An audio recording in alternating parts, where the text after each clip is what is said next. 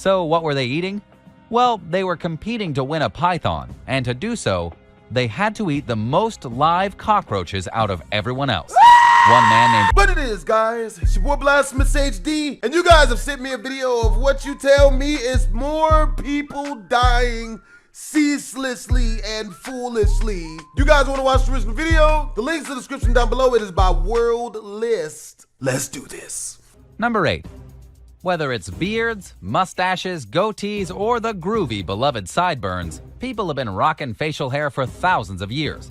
Sometimes there's the occasional problem that can come from it, like getting food stuck in your stash or it's starting to get itchy. But it's usually never anything too serious. Sadly though, one man had his own beard turn against him. Hans Steininger was a pretty big deal during his time. In the 16th century, he was the mayor of his town, Braunau am Inn, located near Austria and Germany. Although the kind of man he was or how he served as a public leader has been forgotten, he still became a bit of a legend to the locals after his death. Hans was remembered for having a beard nearly 5 feet, 1.5 meters long. Damn. That's longer than some people are tall. Unfortunately, despite being such an impressive man, his death was anything but. On September 28, 1567, a fire broke out in the town, sending everyone into chaos. Usually worn tied up and out of the way, Hans's beard was loose, left flowing in the wind as he ran in fear. But while he was trying to escape, he accidentally stepped on the beard, causing him to trip and fall down his stairs. In this horrible turn of events, he managed to break his neck during the fall. But here's an interesting fact. The town of Braunau am Inn kept the mayor's beard. It's been preserved and on display for nearly 450 years since that fateful day. It's quite the artifact. So if you ever find yourself between Austria and Germany and you happen to visit... All these lines make it look like all this is real close together, but I know indeed it's a very long walk to Poland. I refuse to do it unless Lil Yachty drives me and he plays that song. this town, go see one of the most impressive beards in history. Why would I want to see a beard? Inventive death. The Eiffel Tower has been a monumental and distinguishing landmark of Paris for hundreds of years. But despite being one of the most popular tourist destinations in the City of Love, did you know over 300 people have died at the tower? Damn! This includes the self-proclaimed inventor Franz Reichelt. It's Birdman. The tragic event was actually caught on film in 1912 in a video that is now stored in the British Path Archive. It all started when Franz became... Oh, look, he's flying! Pew, bah! Just doesn't get back up. That's good old-fashioned clean family comedy right there. Inspired by parachutes. As the owner of a dressmaking shop in the city, he soon took his inspiration and turned it into an obsession. He wanted to create an easy wearable option for the life-saving parachute. But sadly, this would turn out to be his final ambition. Since one had been accomplished before in history as far back as Leonardo da Vinci's time, Franz thought his objective would be doable. He sought to improve the historic design through his own ideas, one of which where he changed the original canopy-type design and instead opted for a piece of fabric that was intended to catch wind similar to a sail in order to ease into a landing. In his early days of designing the chute, his creations weighed an astounding 154 pounds, 70 kilograms, which was anything but practical for the average wearer. What the fuck? But later on, through small improvements, he got the weight down to 55 pounds, 25 kilograms, an astounding difference. In the testing stages, Franz used multiple dummies, but they all failed. And eventually, he tested it himself and got a broken leg in return. Even with these failed test runs, though, he refused to change his design. Franz full-heartedly believed that the only problem was the height at which he was testing. So he tried something a little higher, the Eiffel Tower. At first, his requests to attempt the jump were adamantly denied until he said it would only be a dummy. But that was a lie. Despite the pleas from his close friends to not jump, Franz believed in his invention. While climbing the stairs to the top, he told the crowd that had gathered below, "See you soon!" And at the top of the tower, he waited for almost a minute before finally jumping. Sadly, his parachute never fully opened, and Franz hit the ground at full force, killing him instantly. If there's anything to learn here, it'd be to triple-check inventions and perhaps do a few more test runs before putting an actual person at risk. Number 6. Bank robbing. A lot of times, bank robbing in television and movies is portrayed as a high-risk and well-thought-out heist. But sometimes, things aren't always what they look like on TV. Most of the time, robbing a bank doesn't go well, and the thieves end up behind bars. But for Brian Douglas Wells, things turned out even worse. On an August afternoon in 2003, the middle-aged pizza delivery driver walked into a Pennsylvania bank with a frightening note. It told the teller to get a bag ready as quickly as possible with $250,000 in cash. Or I drag my balls across the front of this clear glass window and I ain't washed in a month. I'm not a killer, but don't you push me. To make matters worse, Brian pointed to a device on his neck with a 15-minute timer. It was a bomb. Frightened, the teller did everything she could but was unable to open the bank's vault. All she could gather was $8,702. Brian took the bag and the teller called authorities after he left. They found him 15 minutes later around the corner. He pleaded with the cops, saying that some strange men had put the device around him, forcing him to go inside the bank. He kept saying it was going to blow, but they didn't buy it. A bomb squad did appear at the scene, but they weren't able to stop the explosion. Brian died as the blast went off, ripping a hole in his chest. Despite Brian saying he was coerced into robbing the bank, some believe that he was in on the crime the entire time, but the plan just backfired. Others say his accomplices just let the bomb go off to take care of a loose end. Eventually, another arrest was made when a drug dealer, Kenneth Barnes, admitted to helping in the robbery. Even with this conviction, not everyone is convinced the truth was revealed. But if it turns out Brian was part of the mastermind plan, it's a pretty dumb way to die. So what do you think? Did Brian have any part in— Who tries to hold a bank hostage by strapping a bomb to themselves? Come on! This really is dumbest ways to die. Number 5. Lava lamp. Remember being a kid and going to the arcade? You'd try your absolute hardest to earn as many tickets as possible to get the coolest prizes.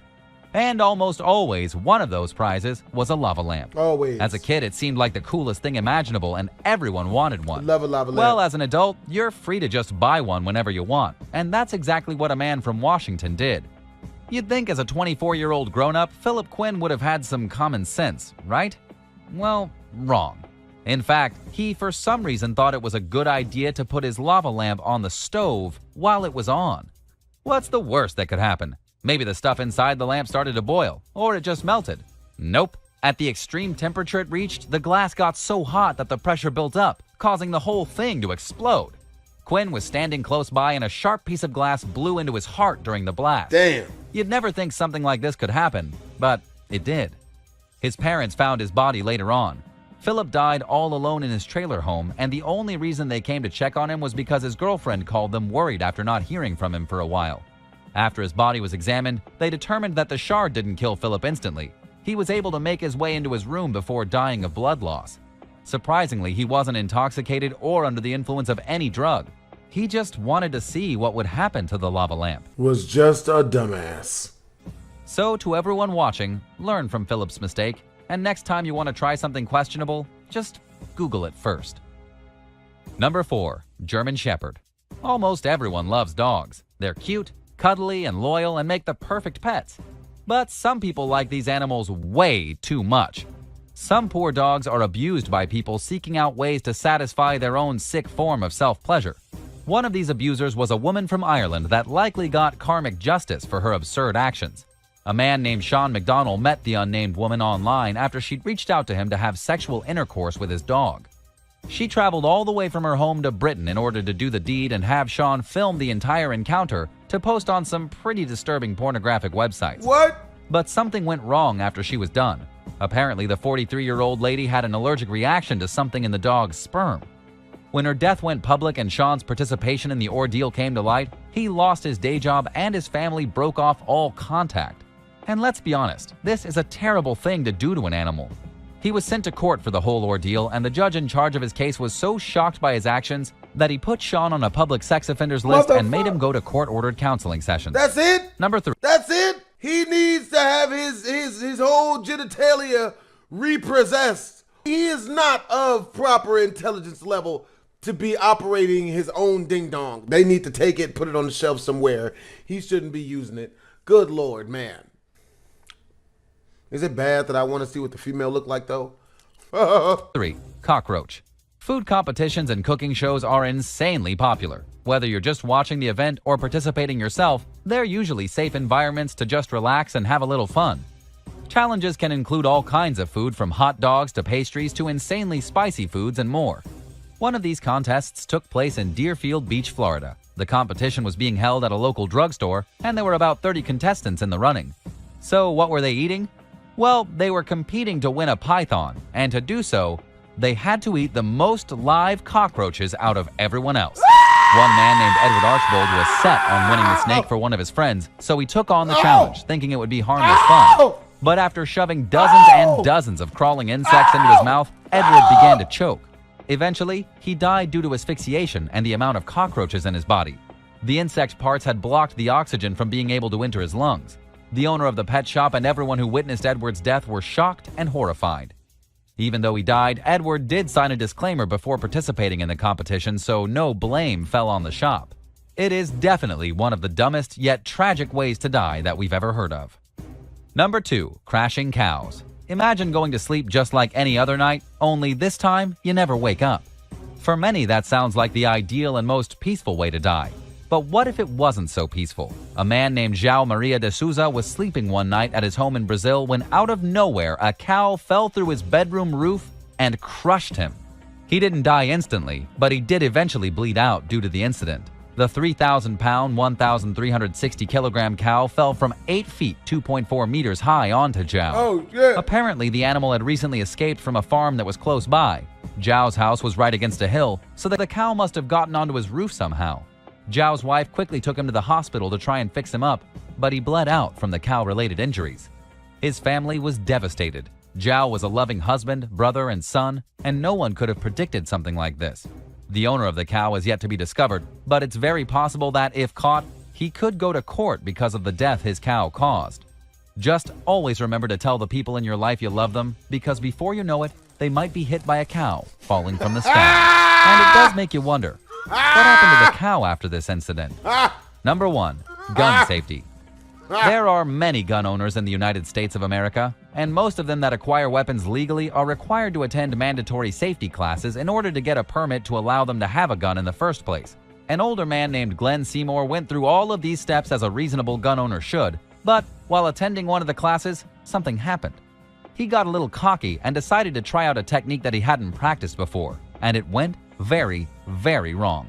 The move he attempted was a skill that's only taught in high-level courses, but Glenn was just at an average concealed carry class in Missouri. Did he try to curve a bullet like in Wanted? He should not have been testing out his ability here, but it's too late now. During the instruction, Glenn accidentally shot himself in the chest and he died almost instantly. Witnesses and his instructor at the time said it was an awful accident that should never have happened. The gun Glenn was using was a 9mm semi-automatic handgun, and he'd taken the safety off. One of the first things they teach you when handling a weapon like this is to never put your finger on the trigger unless you intend to fire. But sadly, it seems that Glenn didn't remember this rule. Number 10. Attack of the Rescue Dog. Aleksandra Prakowska was once a model for L'Oreal. The Polish national also worked as an actress when she couldn't find work. You might say she had the perfect face for TV. Unfortunately for her, that perfect face was ruined after she nearly lost her left eyeball after rescuing a seemingly innocent dog. In fact, she was blamed by the shelter for the attack, with them saying that she brought it upon herself by being a lazy dog owner. The incident went down in Warsaw when Aleksandra was rushed to the hospital with injuries to her face. Her new dog, named Logan, apparently went absolutely berserk after several months of living with her. According to the local reports, Logan had a troubled past and suffered from cancer. He was also known for occasionally being aggressive and has once even attacked Aleksandra's neighbor's daughter. So the dog was like a recovering drug addict or something? Nigga. Yeah, and the dog also bit the previous owner's neighbor's wife. Basically, the dog was a loose cannon, but Aleksandra was dedicated to her pet. Well, Dumbass. She was dedicated to it right up until the moment when Logan mutilated her so badly that her left eye nearly fell out. She's now probably never going to model again. Her face has been horribly scarred, and she has since taken Logan back to the shelter. She blames them for misinformation, giving away the dog to an unwitting owner when it was clearly dangerous. Number 9. Bite of the Serpent. A man from Limburg in the Netherlands was recently recovering in the hospital after spending 10 long days in a medically induced coma. The reason doctors put him in a coma is because he had gotten bit by a cobra that he was keeping in his cellar for fun. Maybe karma was teaching him a lesson? The man has not been named for privacy reasons. He's probably embarrassed, but according to the Brussels Times, he had several different exotic snakes kept inside his house. However, the cobra was definitely the most dangerous. The man knew it was dangerous too. because he had isolated it from the other snakes in his cellar. Amazingly, the pet owner tried to defend his snake and keep it away from wildlife officials. He told the authorities that he had been bitten by a random snake and that he didn't know where it had come from. Then it came out, months after the incident, that it was actually his pet. Authorities have since gone to his house to pick up all the exotic snakes he was keeping illegally, including the cobra and a pair of rattlesnakes from Texas. According to the wildlife workers, they weren't even kept in good cages. They were in plexiglass containers with sliding doors that the snakes were able to open by themselves. And after being busted, the man admitted that one of his rattlesnakes had bitten him before as well. He had already lost his finger to one of his exotic snakes, but he just couldn't give them up. He has since made a full recovery from the cobra attack. But with people like this, he's probably just going to find another cobra somewhere and put that one in his cellar. Number 8. Hungry lions. At the Lincoln Park Zoo in Chicago, a zookeeper forgot that she had let the lions out. This is one thing you definitely don't want to ever forget while working at a zoo. How you forget that you left lions out? Come on, lady! When she walked into their yard to fill up their giant water dish, she forgot that they were prowling around the enclosure. Within just seconds of walking into the outdoor lion exhibit, the animal spotted her. At 60 years old, Nancy DeFiesta wasn't in the best shape for running away. The lions jumped, and she was helpless. To be quite honest, she is lucky that she survived at all. According to the Chicago Tribune, she suffered 64 puncture wounds to her head and body before zoo employees managed to get her out. The incident was investigated by the U.S. Occupational Safety and Health Administration. The investigation found that during the first 2 hours of the morning, zoo workers can sometimes make errors. This is the time of day when animals need to be fed and exhibits need to be cleaned. In this case, a single mistake of forgetting that the lions were already in the enclosure caused Nancy to almost be killed. She has since recovered, though she will bear the scars of her encounter for the rest of her life. She declined to give any comments to the media, and we don't know if she'll ever go back to working with the huge cats. Number 7. The deadliest lizards. Ronald Huff died in 2002. The story of Ronald and his lizards is one of the most terrifying examples of what can happen when pets go wrong. The police were mortified when they walked through Ronald's front door to discover he had been eaten alive by his collection of Nile monitor lizards.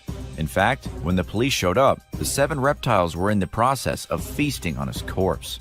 At 42 years old, Ronald became dinner for his very own flesh-eating friends. What the fuck? For those who didn't know, monitor lizards are basically a mix between a crocodile, a dinosaur, and a Komodo dragon. These venomous creatures typically live in Africa, but have been popular household pets in the past few decades. According to what the former Newcastle County Sheriff told Animal Planet, when they knocked on Ronald's door, they could hear shuffling from inside. They knew someone was in there, but nobody would answer. They broke down the door, and there was Ronald. One of the lizards looked up, licked its bloody lips, and then kept eating. But this case was never technically solved. Nobody knows if it was the 7 lizards that ganged up and killed Ronald, or if he died from natural causes and then was simply devoured. Since he had allowed his pet lizards to roam freely around the house, it was impossible to say just what exactly happened. What in the world of white people? Black people ain't doing that shit. Damn that. Number 6. Emotional alligator. A man named Joey Henry from Pennsylvania has a rather unusual emotional support animal. Most people have dogs for emotional support pets, while the occasional lonely person may have a cat or a rabbit, but not Joey, who recently registered his 4-year-old alligator to be his emotional support friend. The alligator's name is Wally. He's about 5 feet long. He weighs around 60 pounds, and he goes everywhere that Joey goes. This includes shopping at Walmart and watching baseball games. I'm happy to say that as of right now, Wally has not actually turned on Joey, but keep in mind that it's probably going to happen at just about any time. Everyone knows alligators are wild animals and not to be trusted. Alligators are more unpredictable than big cats, bears, or any other bizarre animal that someone keeps in their home. And speaking of keeping animals in their home, Joey keeps Wally inside a plastic indoor pond. And if you're wondering where you even get an emotional support alligator, Joey simply took Wally from outside when he found him wandering around at 14 months old. Wally actually became the very first alligator in America to earn the title of emotional support animal, and he's apparently helping Joey to deal with his depression. What do you think? Is it just a matter of time before Wally snaps on his owner and bites one of his legs off? Or do you think having a literal alligator living in his house is perfectly sane and not dangerous at all? Let us know your thoughts in the comments, and if you're liking this video, be sure to hit the thumbs up and subscribe button. Number 5.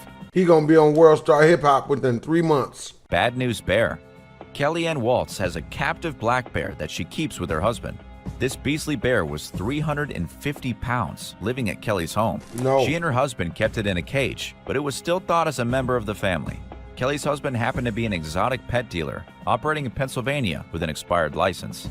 They were absolutely not supposed to have exotic animals on their property, but this didn't stop them from having a lion, a jaguar, a tiger, 2 servals, a leopard, and the black bear. Since they were living in the Poconos Mountains, nobody really cared what they were doing, at least not until Kelly tried to clean the black bear's cage and ended up being mauled to death. When you hear the details of how Kelly was cleaning the cage, it will come as no surprise that she was killed. She opened the door to the cage, threw a shovelful of dog food to one side of it, then used the small window of opportunity to clean the opposite side while the bear ate the dog food. This time, the bear was not so easily distracted. When Kelly turned her back, the bear abandoned the dog food and charged. She screamed in horror, but that only made the bear angrier. By the time a neighbor showed up with a gun and shot the wild animal to death, Kelly was already dead. Number 4. Killed by Big Bird. In Florida, a man was keeping a cassowary on his property. For those who don't know what a cassowary is, it's basically like a mixture between a flamingo and a dinosaur. It is a huge, flightless bird, native only to Australia and Papua New Guinea. These ridiculously massive birds can grow to be around 6 feet tall and 130 pounds. No. Their bodies are covered in huge black feathers. They have bright blue heads, and they have claws so big and so sharp they can easily eviscerate a human being. And that's exactly what happened in Gainesville when the victim was killed by his pet cassowary. According to the deputy chief on the case, Jeff Taylor, the victim was hanging out with the bird when he fell over. Nobody knows how he fell, if it was his own fault, or if the bird somehow tricked him. But when he hit the ground, the bird saw its opportunity and attacked. It used its huge claws to mangle the poor man, literally tearing him to shreds. The San Diego Zoo says that cassowaries are the most dangerous birds in the world, able to run 31 miles an hour and able to slice open even the most dangerous predators with just one kick. Number 3. The Farmer's Pigs. Mr. Shustov was in his 70s when he went missing. It was New Year's Eve, and his family was very worried. They beseeched the local authorities for help, but it wouldn't be until January 8th, over a week after the victim went missing, that police discovered what happened to him. To get a better idea of how things went very wrong for Mr. Shustov, keep in mind that he was a pig farmer. He lived in a small Polish village where he took care of 2 adult pigs and 12 piglets. These animals were free range, allowed to roam around in the yard, and even around the farmer's house by themselves. His neighbors told the police that the pigs were gigantic and that they ran wild across his property. Sadly for the pig farmer, he happened to be outside on New Year's Eve when he suffered a sudden heart attack. He fell down, probably died in the muck, and his corpse was there for his pigs to eat. His loyal, friendly pigs suddenly weren't so loyal anymore. On January 8th, the police found the victim, mostly eaten by his pigs, with only a few scraps of him left, including some pieces of skull and bone. Other than that, the pigs had eaten every last part of him. Number 2. Attack of the Pit Bull. In New Jersey, a couple were left with horrible injuries after being attacked inside their very own home by the family pit bull. According to officers with the South Brunswick Police, emergency medical workers were called to the property in the middle of the afternoon, at which point they discovered a man and woman, both in their 60s, with serious lacerations on their limbs. The victims informed the police that the pit bull randomly attacked the man while he was minding his own business in his bedroom. The woman ran into the room to see what was happening, and that was when the dog turned on her. Luckily, there happened to be another resident in the house, a guy in his 30s. The younger man was able to wrestle the dog off the elderly people. If it hadn't been for him, the dog very well may have ripped them both to pieces. Unfortunately, we can never predict an animal's behavior. Something must have made the dog snap. The dog was handed over to South Brunswick Animal Control, but they have not given any additional info on why the attack happened. We don't know if the dog had been feral or if its owners were simply negligent. According to the National Pit Bull Victim Awareness Organization, sadly, there is a human death by pit bull every 13 days. Damn! Number 1. The Reptile Keeper. The zookeeper who almost died after being attacked by her very own pet reptile has defended the beast by saying he was just having a bad day. The animal handler just about lost her hand after the alligator chomped down on her arm during a children's party. Lindsay Bull was feeding Darth Gator, her beloved 11-year-old monster, in front of a group of children when it grabbed her by the wrist and then dragged her backwards into his tank. It likely would have eaten her if not for one of the guests at the children's party jumping into the water and prying its jaws open. But even after this terrifying brush with death, and in front of an audience of horrified children no less, Lindsay is defending her alligator with everything she has. She recently told Desert News, after being released from the hospital, that she is going to keep him and he is going to have no consequences for what happened. She says he was just doing what animals do, and while that might be right, she was left with a damaged tendon and multiple fractures. She crazy. I'd have made a belt skin coat out of his little ass. I'd have had a brand new pair of Now Later Gator J's out this mug. Number 10. Cab driver femicide. Former cab driver Ricardo Alexis Diaz was recently sentenced to 50 years in prison for one of the most brutal incidents of taxis gone wrong. This sick taxi driver is responsible for murdering a young student in Mexico. Mara Fernanda Castilla Miranda went missing in September of 2017 after taking a cab to the outskirts of Puebla near Mexico City. According to the investigators, Ricardo, who was only 24 years old at the time, kidnapped Mara instead of bringing her to her destination. He took the girl against her will to a hotel, where he then strangled her to death. After the brutal murder, he dumped her body in a ditch, where it was found several days later. It's unclear what the motive behind the killing was. Ricardo had been a taxi driver for a while and could have killed any number of people, but he just seems to have snapped when Mara got into his cab. The dead girl's mother told local news that she was satisfied with the sentence of 50 years, though she would have preferred 60 years. She also said that although Ricardo is being punished by the authorities, a divine punishment will come from him in time. Number 9. An opportunistic murder. After a couple forgot their keys in a cab, their worst nightmare came to life. It was a Saturday morning in Brazil when Marcelo Sala was contacted to give the couple a ride to Florencio Varela. It was a 7-hour drive, which passed completely normal without any incident. However, the couple asked that the driver wait for them outside. When the couple got out of the car, Marcelo noticed that they had left their keys and a fanny pack in the back seat. He decided it was a great opportunity to take their keys, drive back to their house, and rob them blind. So, Marcelo did just that. He took off without them, drove back to their house, and then used the keys to get inside. Marcelo thought nobody would be home. However, the daughter of his passengers was in the house. At just 23 years old, Eileen Estefanda Arredondo got into a fight with the old man when he used her parents' keys to get inside. The fight turned violent, with Marcelo beating the poor girl until she was completely disfigured. According to official sources, he beat her so badly that she died right there on the floor of her very own house. And here's where things got really dramatic. As Marcelo tried to leave, the neighbors caught him and made a civilian arrest. They held him until the police arrived, at which point the police took him away. We don't know what's become of Marcelo, the murderer, but he's almost certainly never going to see the light of day again for what he did. I'm surprised they didn't kill him. I would have. Self-defense. An eye for an eye, baby. Number 8. North Irish drug smuggler. During the pandemic, a taxi driver from Northern Ireland wanted to make a bit of easy money, so he decided to get into a business of smuggling drugs. He was recently busted, along with his 2 accomplices, in an operation that consisted in smuggling over $500,000 worth of cannabis between the capital of Belfast and Dungannon. Damien Gildernew was the brains behind the operation, busted by police when they stopped his taxi in an underground parking lot and found over 10 kilos of cannabis in the trunk. When the police searched the apartment upstairs, they found another 16 kilos of cannabis in a cupboard in his bedroom.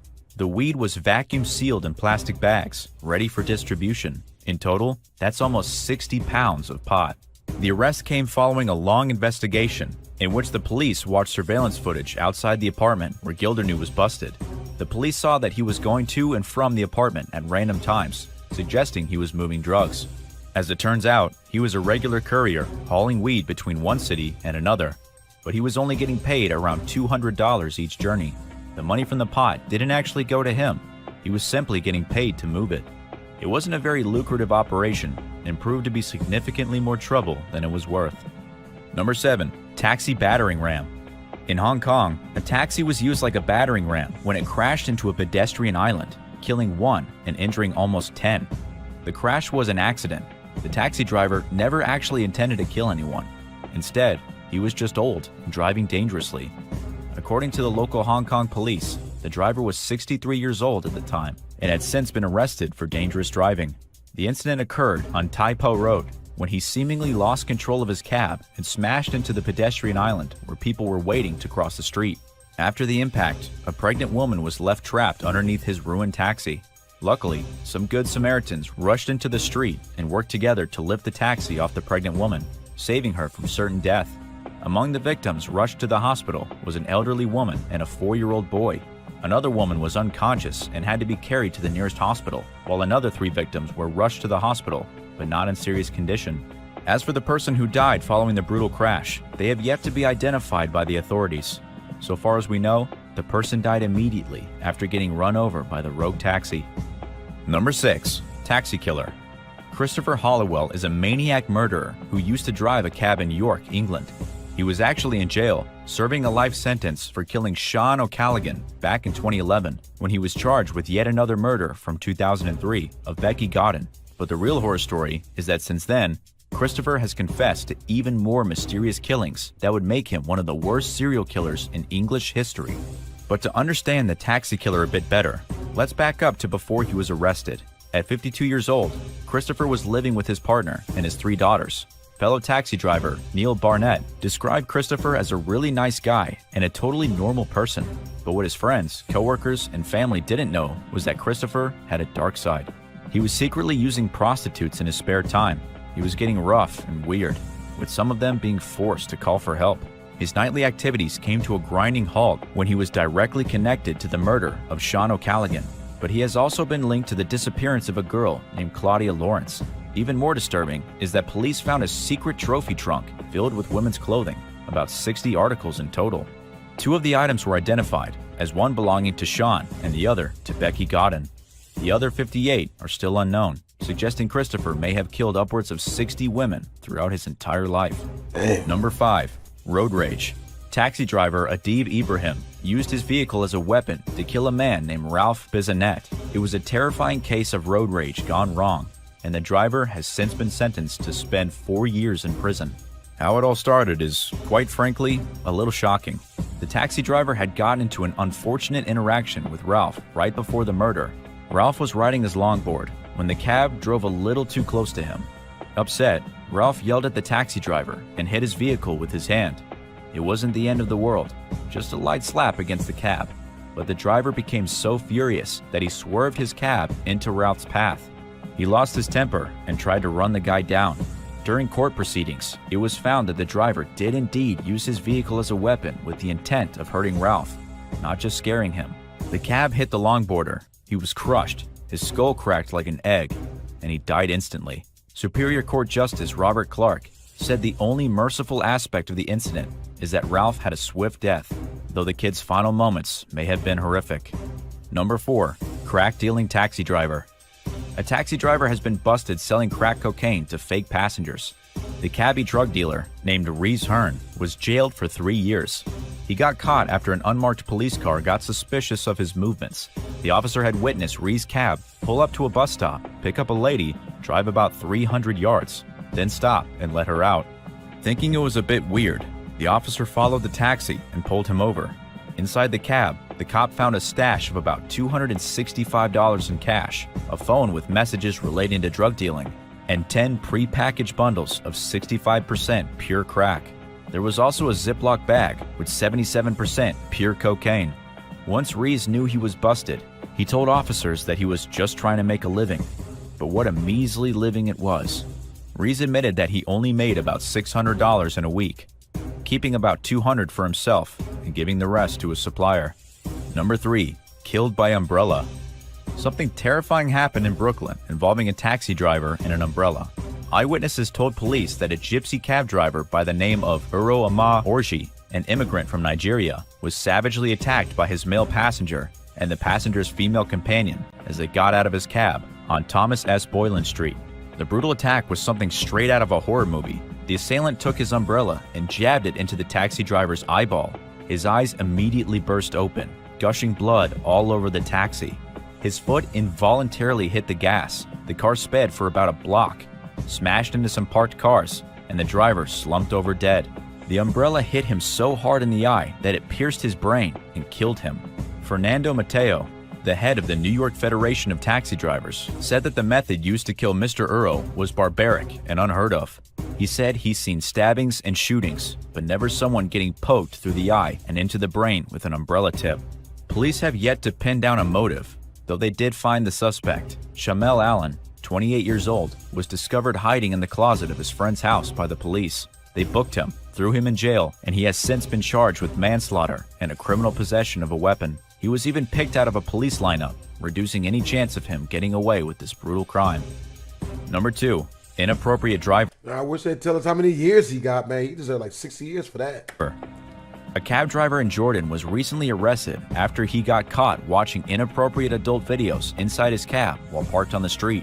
This guy was such a pervert that he couldn't even wait until he got home, so he had to indulge while on the job.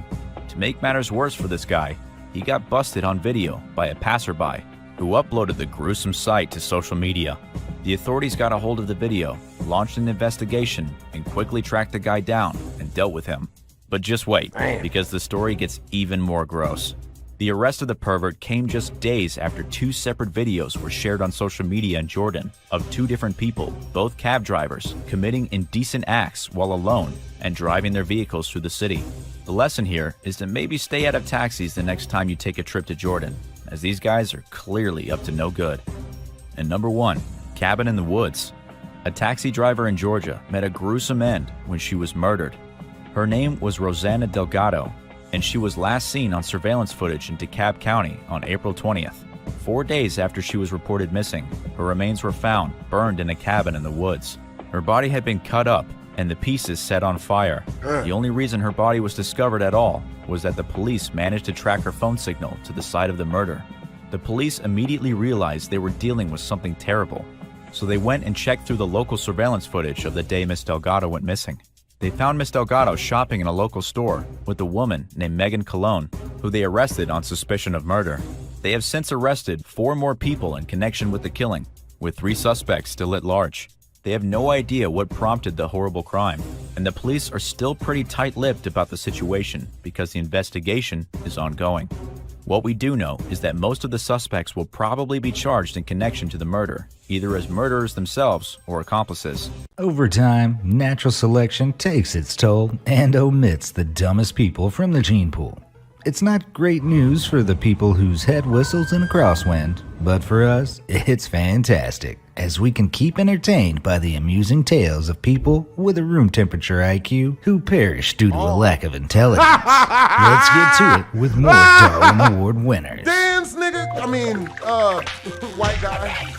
I gotta wait until like 3 Number minutes. 16, to say Death the by N-word. Beard. How you die from your Hans Steininger served several terms as mayor of the small Austrian village of Braunau-Emmen. He had a 4.5-foot long beard, which he kept neatly rolled and stuffed in a pocket. When a fire broke out in his village in September 1567, Steininger found himself at the center of panicking townspeople. His beard loosened from its pouch and unraveled as he tried to suppress the commotion. Steininger was too rushed to re-roll his beard, so he pushed it out of the way. His decision proved to be fatal when he tripped over his beard at the top of a flight of stairs and tumbled down the steps, breaking his neck along the way. Number 15, crushed by a cactus. One day in 1982, 2 young and presumably bored roommates named David Grunman and James Sukochi decided to wander the desert near Lake Pleasant, Arizona, with shotguns. During their walk, Grunman opened fire on a 10-foot saguaro cactus. It quickly toppled, and Grunman then shot 2 rounds into a 27-foot tall cactus, causing a large and heavy arm of the plant to fall off. Grunman was crushed to death by the spiny, long saguaro arm. Saguaros are only found in the Sonoran Desert and are protected by Arizona law. In the case of David Grunman's unlawful behavior, he received a death sentence, courtesy of the cactus he shot. Number 14, fatal test run. As the aviation age took off, a tailor named Franz Reichelt decided to pursue a dream that was far beyond the scope of his profession. In 1911, the aspiring inventor entered a contest to create a safety parachute. He created a parachute suit, which was a standard flight suit improvised with rods, rubber lining, and a silk canopy. Reichel broke his leg during early tests and blamed the chute's failure on the short height he jumped from. After a year of lobbying for permission to test the parachute suit from the Eiffel Tower, Reichel was given the green light. Police and onlookers expected him to use test dummies, and when they realized he intended to test the product himself, they tried talking Reichel out of jumping. He was so confident in his parachute suit, however, he took the 187-foot plunge and died on impact with the ground. Number 13. Shopping Cart Catastrophe. One day in 2008, 18-year-old Cameron Bieberly took a joyride in a shopping cart that was attached to the bumper of a car. When the car hit a speed bump, the Florida teen was catapulted 27 feet and landed on his head when he hit the pavement. He died shortly after. Bieberly's parents became adamant campaigners against car surfing, a trend among teens that has become increasingly popular in recent years. Apparently, a growing number of today's adolescents and young adults need to be shown evidence of a tragedy to avoid dangerous driving behaviors that could kill them. Number 12. Motorcycle helmet protest death.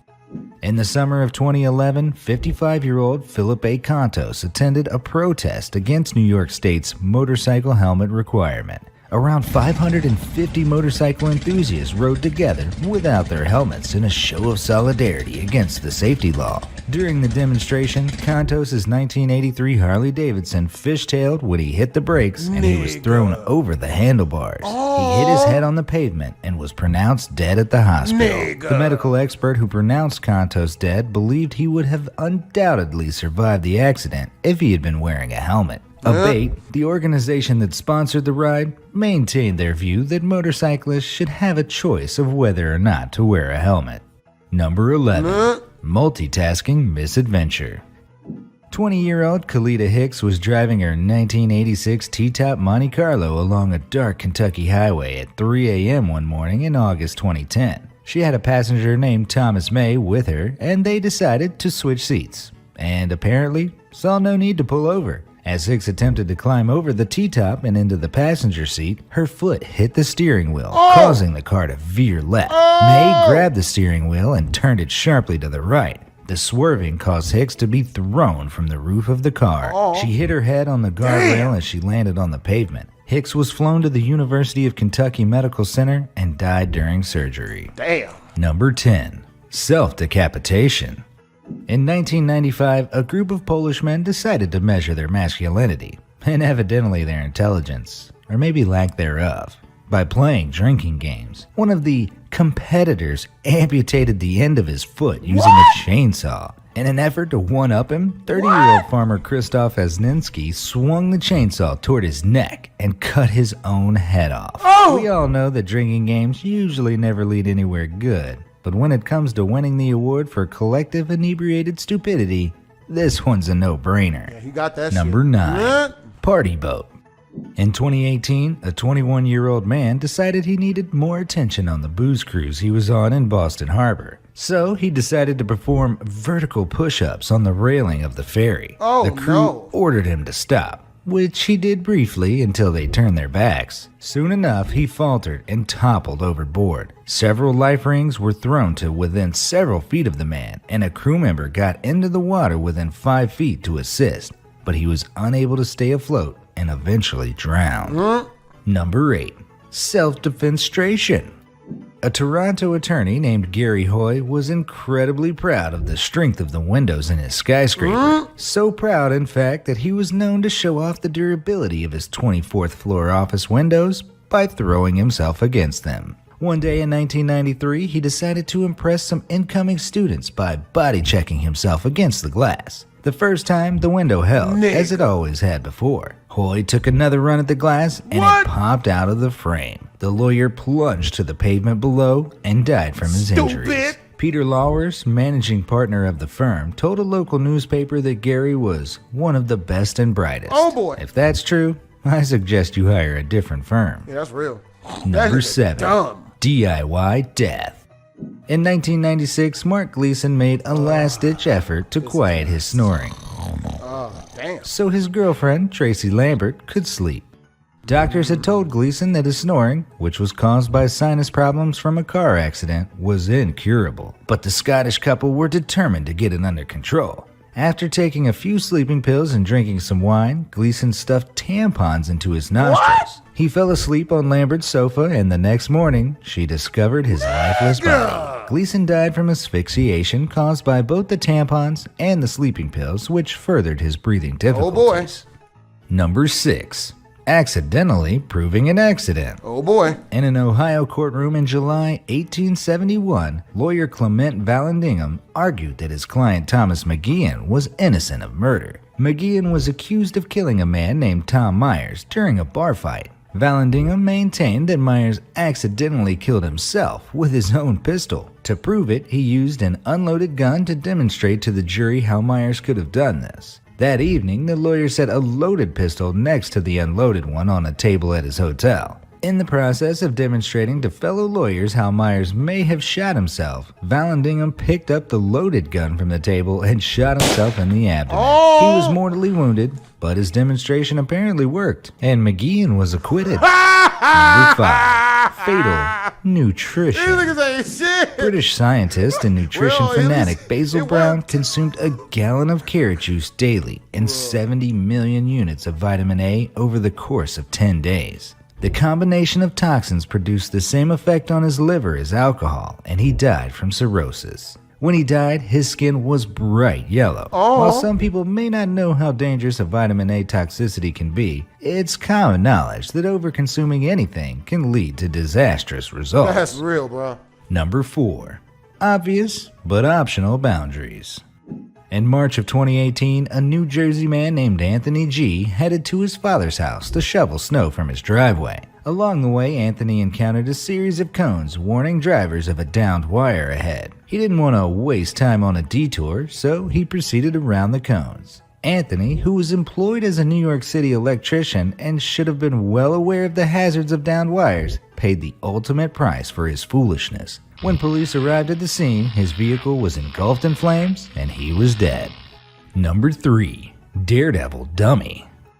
Wang Yangying was a famous Chinese daredevil known for his death-defying stunts atop skyscrapers. Some of his famed acts included doing push-ups on the side of a skyscraper, walking along rooftops, and hanging from high-rise buildings. Eventually, Yangying's risky behavior caught up to him, and he fell from a 62-story skyscraper. His body was found the next day, along with the camera that filmed him losing his grip. The moral of Yangying's tragedy is that there are much safer ways to gain stardom, success, and an adrenaline rush. We shouldn't laugh at Number that. 2.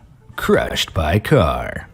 When you're fixing a heavy object, don't sit under it if it's propped up precariously. One slight wrong move, and it's game over. Sarunas Masionis learned this lesson the hard way. In mid-2018, he attempted to repair his car while propping it up on a tire and a jack with a wooden block underneath it. The car crushed Masionis. His partner noticed he was blue, and a neighbor unsuccessfully tried lifting the car. Efforts to save the man's life were in vain, and he died from asphyxia caused by the fatal chest compression. Number 1. Wheelchair elevator tantrum. A wheelchair-bound 40-year-old South Korean man known only as Mr. Lee threw an explosive tantrum when he approached an elevator at a shopping center as the doors closed and couldn't get in. Instead of waiting for the next one, he repeatedly rammed into the closed elevator doors, and in an apparent underestimation of his own strength, thrusted them open. Mr. Lee fell into the elevator shaft and plummeted 19 feet to his death. Instead of cautioning the general public against the potential consequences of violent anger, shopping center officials promised to strengthen their elevator doors. So which of these stories do you think deserves the number 1 Darwin Award? Let me know in the... That is terrifyingly funny. When we picture the end, we like to imagine we'll go out comfortably and with dignity. But when outrageous stupidity is allowed too much influence, a person's final moments can often be summed up in 2 words: total embarrassment. Continuing this exploration into the people who've removed themselves from the gene pool in spectacularly stupid ways, join me and let's hand out some Darwin Awards. Chug of Death. For as long as humans have known how to make beer, there have been people who drink too much of it. But while beer drinking contests wear excess with pride, the consequences can be dire, as was made very clear in 2013. At a Spanish drinking festival, the contest winner knocked back an astonishing 12.5 pints of beer in 20 minutes. God damn. Now, bearing in mind drinking 12.5 pints of water in this time would be considered a potentially lethal amount, you can probably imagine the effect that much beer had. After raising his trophy, the champion began vomiting non-stop before passing out. He died soon afterwards from what was most likely alcohol poisoning, with a side order of seriously poor decision-making. Hey, at least he won. Hard to swallow. In July 2019, a man was catching tilapia fish in a river in the Philippines using a somewhat unconventional storage method. He developed a regular habit of storing the fish in his mouth that he could have both hands free to catch more fish without needing to return to the shore. But when he popped one particularly vigorous tilapia into his pie hole for safekeeping, it attempted to escape down his throat. The man began choking and ran to his house for help, but the slippery creature proved impossible to retrieve. He died soon after, but his tale lives on as a reminder of why we invented handy little things known as boxes and baskets. Don't eat fish if it's squirming that Fatal hard. strain. For decades now, an old legend has floated around the toilets of the world that Elvis Presley died from overstraining on the loo. Many have been understandably skeptical of the legend, but in January 2020, a Chinese man's death brought that skepticism into question. The 72-year-old from Wenzhou, China, went into cardiac arrest after a bout of chronic constipation, during which he reportedly overdid it. Overstraining isn't usually fatal, but the man's history of heart disease meant his blood pressure dropped to lethally low levels and his heart stopped. But at least he died on a throne, even if it was porcelain. Over in a flash. In August 2019, when a housekeeper at an Atlanta hotel entered a room for tidying, she was shocked when the man inside exposed himself to her. Disgusted, she called security. But when security confronted the man, he fled, attempting to jump from his balcony to another. Seeing as he was 10 stories up, this probably should have raised alarm bells for him. But in the least surprising twist of the century, his escape plan failed, and he plummeted 10 floors onto the pavement below. What a chilling expose. With his dick out. Deadliest catch. In 2017, a 67-year-old Pokemon Go user in Singapore took the excitement of catching a new pocket monster to another level. Mere moments after catching Lapras and Granbull as new additions to his 200 Pokemon-strong collection, he keeled over in the throes of a heart attack. He died soon afterwards, and an investigation revealed that the poor fellow's pre-existing heart condition had left him vulnerable to overstimulation and overexertion that scurrying around for Pokemon can induce. While he's not the first person to die while using Pokemon Go, he is, quite possibly, the first to die from the excitement of a catch. It seems Gotta Catch 'em All might need to be revised to Gotta Catch Some of 'em calmly and at a leisurely pace. Fantastic. What's the saying? An eye for an eye? Well, how about a tooth for a fang? The latter saying proved more fitting in a village in Gujarat, India in July 2019. While a group of villagers were gathering maize from a field, a snake slithered onto the path. Most of them distanced themselves from the reptile, but one man stood strong, determined to dispatch the scaly fiend. He grabbed the snake, which instantly began biting him on the hands and face. Shocked but not defeated, the man played the ultimate alpha move. He bit the snake right back, killing it. And while the man won the battle, he lost the war and died from the snake's potent venom later that day. Whether it was a badass or simply stupid way to die, I'll leave that up to you guys in the comments below to decide. Why are you fighting poisonous snakes? Rooftop Rail Rider. In 2019, a self-proclaimed Russian daredevil train surfer mounted the roof of a high-speed service from St. Petersburg to Moscow. Atop the train, which reached speeds of 155 miles per hour, the thrill-seeker accidentally made contact with the high-voltage overhead apparatus that provides the train with power. Before he knew it, 4,000 volts were scorching through him, setting both him and the carriage roof ablaze. On the bright side, he would have died almost instantly. But let's be honest, with a hobby like train surfing, the end was never going to be pretty for this bright spark. 3-story slip and slide. Lawyers are often considered to be some of the brightest folks in society.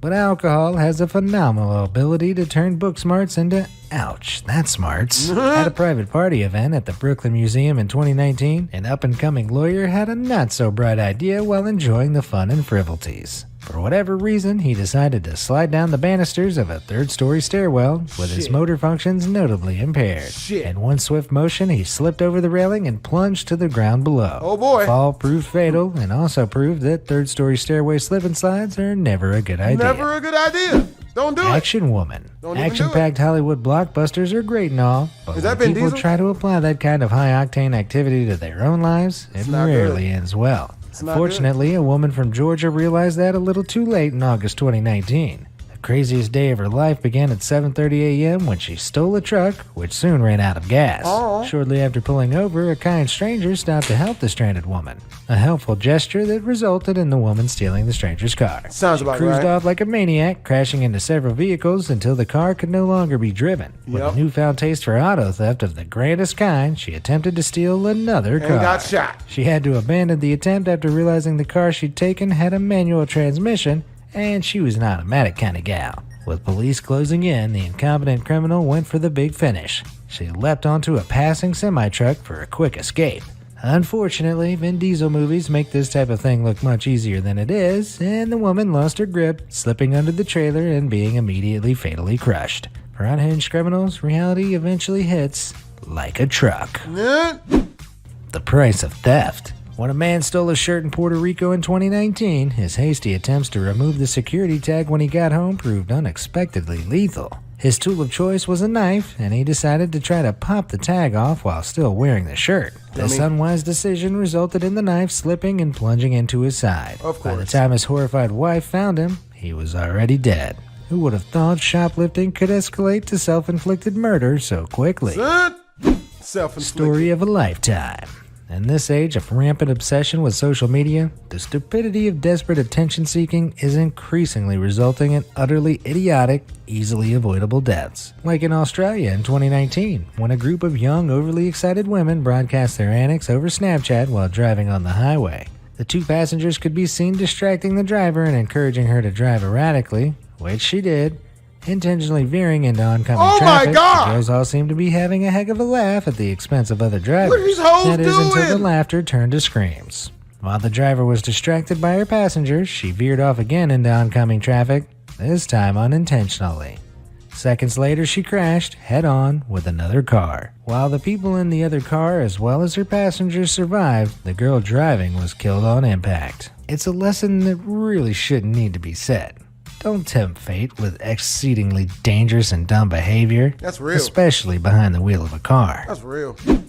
Tenderizing beef. He was beating his Cows meat. probably don't like to be eaten, but if this story from June 2019 is anything to go by, they hate being stolen even more. When an Indian man stole a cow from a village in Karnataka, he managed to lead it over a mile away without detection, and proudly thought he'd got off scot-free. was gonna have sex But when with he it? tried to load the animal into his vehicle, it became clear that the cow had different plans. With a swift, brutal Ooh. kick directly to the danglers, the cow caused internal trauma and rupturing so severe, the man was dead by the time authorities found him. If this case of testicular tenderization could teach us anything, it's No. that cow thieves should probably wear iron jockstraps. Testicular tenderization. Sharpshooter. Okay. Oh boy. By the time you reach the age of 47, you think you'd have picked up a decent amount of common sense.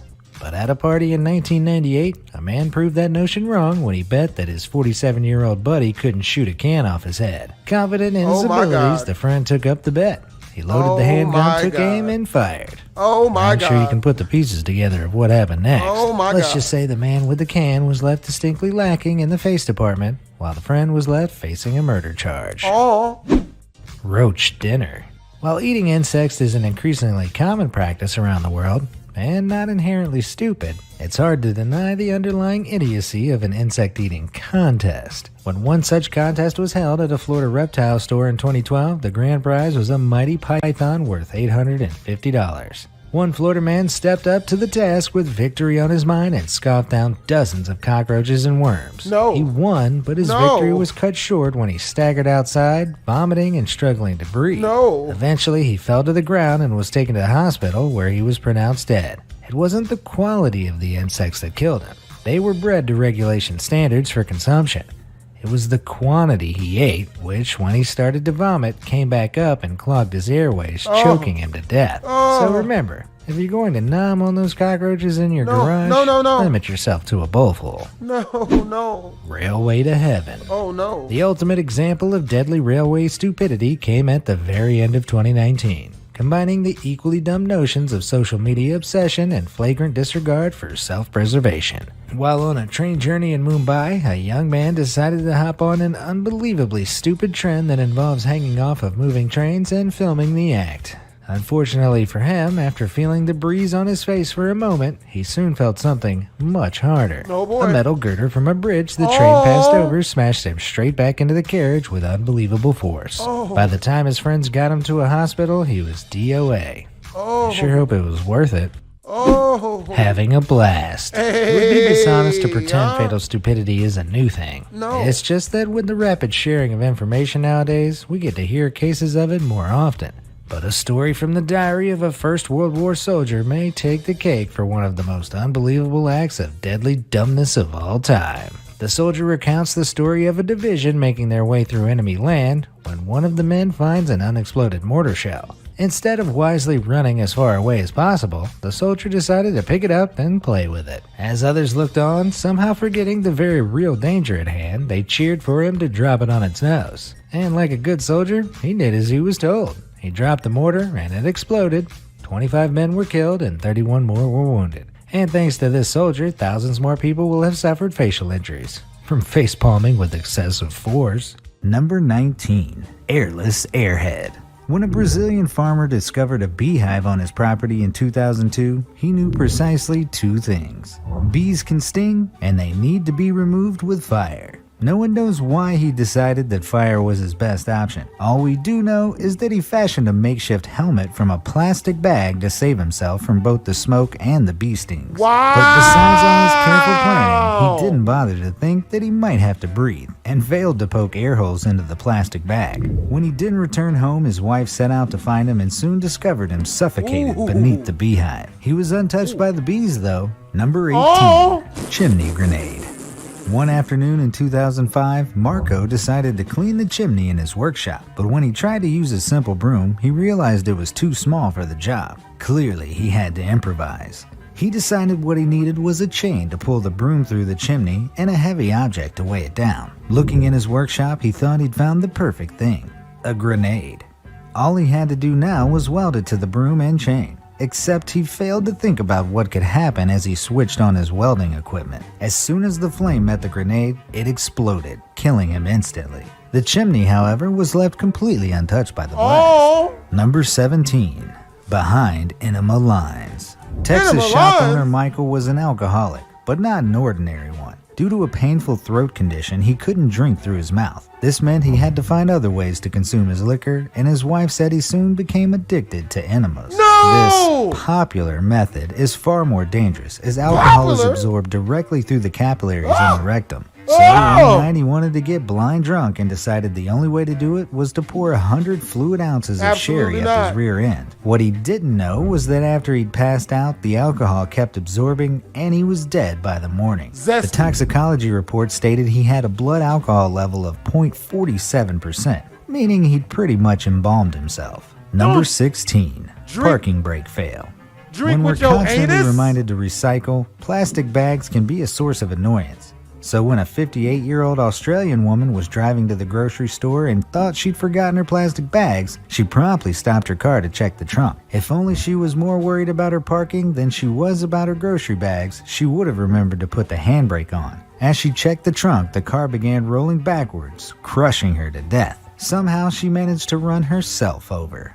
Number 15. Irresponsible. A Romanian man in 2002 decided he would skip checking the local train schedules and instead deduce if the train was coming through the power of his own ears. Lying on the railway line, he pressed his ears to the tracks to hear if the train was approaching. Clearly his hearing wasn't all he thought it was, because he never heard it coming. He was hit by an oncoming express train and died immediately. Number 14. Lava La Vida Loca. Don't you just hate it when your lava lamp doesn't heat up quickly enough? Well, 24-year-old Philip did. After plugging in his lava lamp and waiting a few minutes, he was disappointed to see that nothing was happening. Eager to get it working, he decided to speed up the process by placing it on a hot stove. But with the contents of a lava lamp only being designed to withstand temperatures of up to 40 degrees, it quickly overheated and exploded. Poor Philip was killed when the glass from the lamp shattered and penetrated his heart. Not so groovy. Number 13. Under pressure. Two bored comrades in a Romanian aluminum factory decided to have some fun with an air hose actually used for industrial machinery. When blowing dust off their clothes became boring, they cranked things up a notch and decided to remove their clothes entirely. Things quickly moved below the belt when one of the guys decided he was going to see what happened when he pumped 6 bars of atmospheric pressure into his anus. Not only did he break employment regulations, but he also broke right through his intestinal tract, and he died within minutes from severe internal hemorrhaging. Very painful. Number 12. Danger Zone. In 2017, 2 United States Navy pilots got a little too carried away with Top Gun when they decided to completely abandon safety regulations to perform daredevilish stunts. Reaching astonishing speeds while flying as low as 210 feet, a good 300 feet below their minimum permitted altitude, things were bound to take a downward turn as they swapped controls back and forth. Descending too low and slow, one of the pilots traded off controls to his co-pilot, but it was too late. The T-45C Goshawk crashed before they could safely eject themselves. That's what happened. Instructing pilot Lieutenant Birch was fond of the phrase, "There are old pilots and there are bold pilots." He failed to mention that there are also outrageously dumb ones. Number 11. Cruise control. The fastest human can run over 27 miles per hour, but that's only after accelerating during a run-up. A Dutch teenager in 2004 thought he could do better than that and get close to that speed straight away. In a bid to impress his friends, he set his car to cruise control at 20 miles per hour and told them he was going to jump out and run alongside the car before jumping back in and driving away. But his shocked friends could only look on as he stepped out the moving car and immediately smashed his head on the tarmac. He died the following day. Number 10. Treasure Hunt.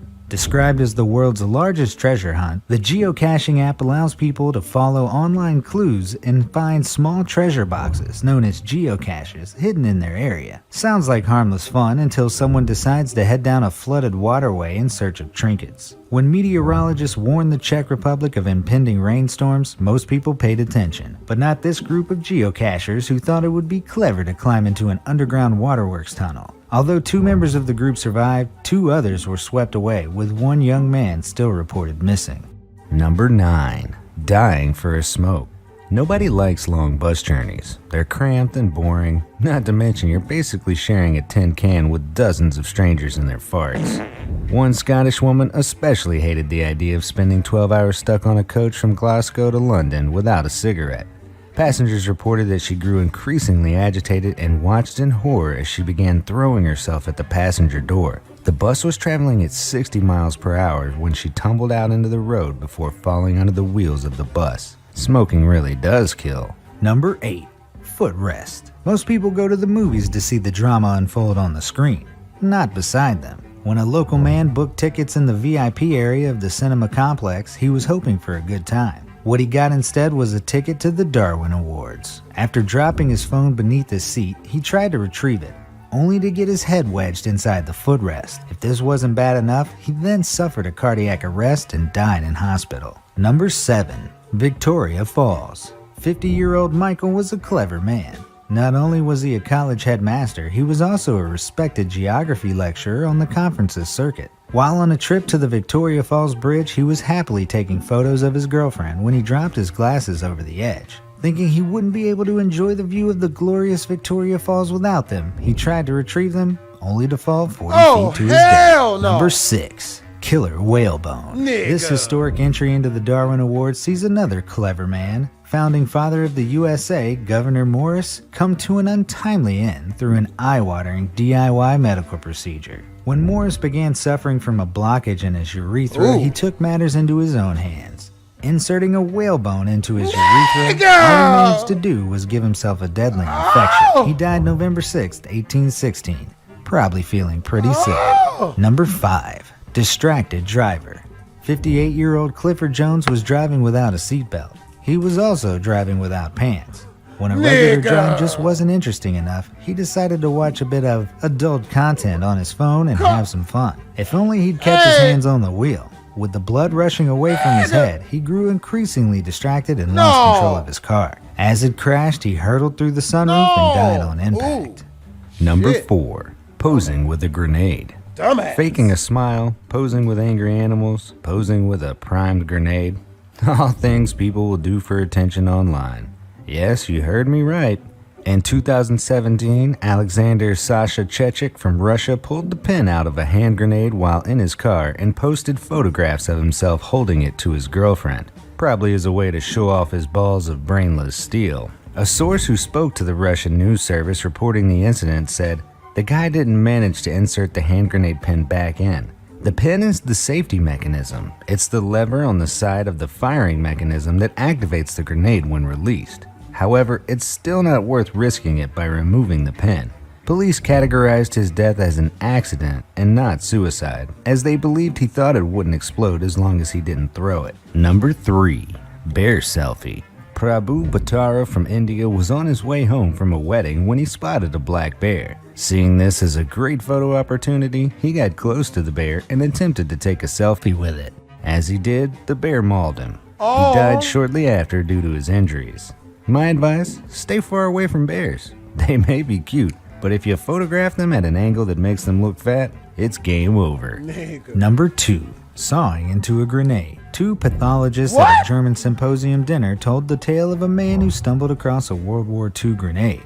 Instead of staying well clear, he wanted to open it up to see how it worked. Back home, he placed it inside a vise and tried to saw it perfectly in half. The saw detonated the grenade and the man died from a fatal head injury. Upon post-mortem, it was discovered there was very little brain matter left inside his skull, although the 2 pathologists joked that there couldn't have been much to start with. Before we get to our number 1 Dumbest Darwin Award, here are a few honorable mentions. There's this man who planked on a tiger. There's no way he walked away from that one. Then there's this guy who bit a tiger's tail.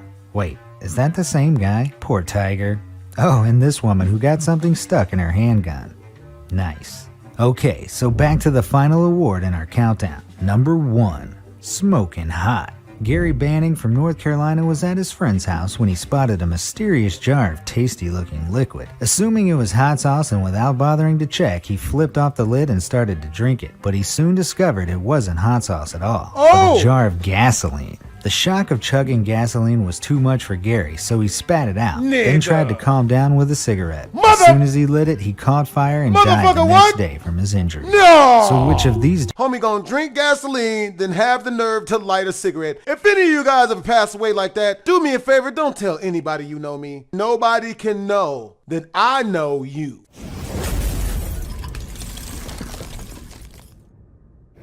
Number 10, roller coaster. In 2021 at the Lagoon theme park in Utah, a 32-year-old man died after attempting a foolish stunt on a cable car ride. In full view of horrified families, the guy stands up in the cart, climbs over the safety bar, and dangles 50 feet or about 15 meters above the ground. He was seen hanging from the car while facing in towards it as it crossed above a fountain surrounded by people, many of whom stopped walking and pointed up at the man in complete shock. It didn't take long before he lost his grip and fell to the ground. The unidentified man was at the park with his family, though he was on the ride alone. It's still unclear how he ended up over the side of the ride and whether he let go of the bar deliberately or fell after being unable to climb back in. Paramedics quickly arrived on the scene to render medical aid before ultimately deciding to airlift the man to the University of Utah Hospital, where he was listed in critical condition. But unfortunately, he died from his injuries. The Sky Ride was first installed at the park in 1974 and has operated without incident ever since. It only takes one person to think they're either Tom Cruise or Evel Knievel to ruin a family's fun. Number 9, pleasure? You know how some people say if they die young, at least they'll die happy or die doing what they love?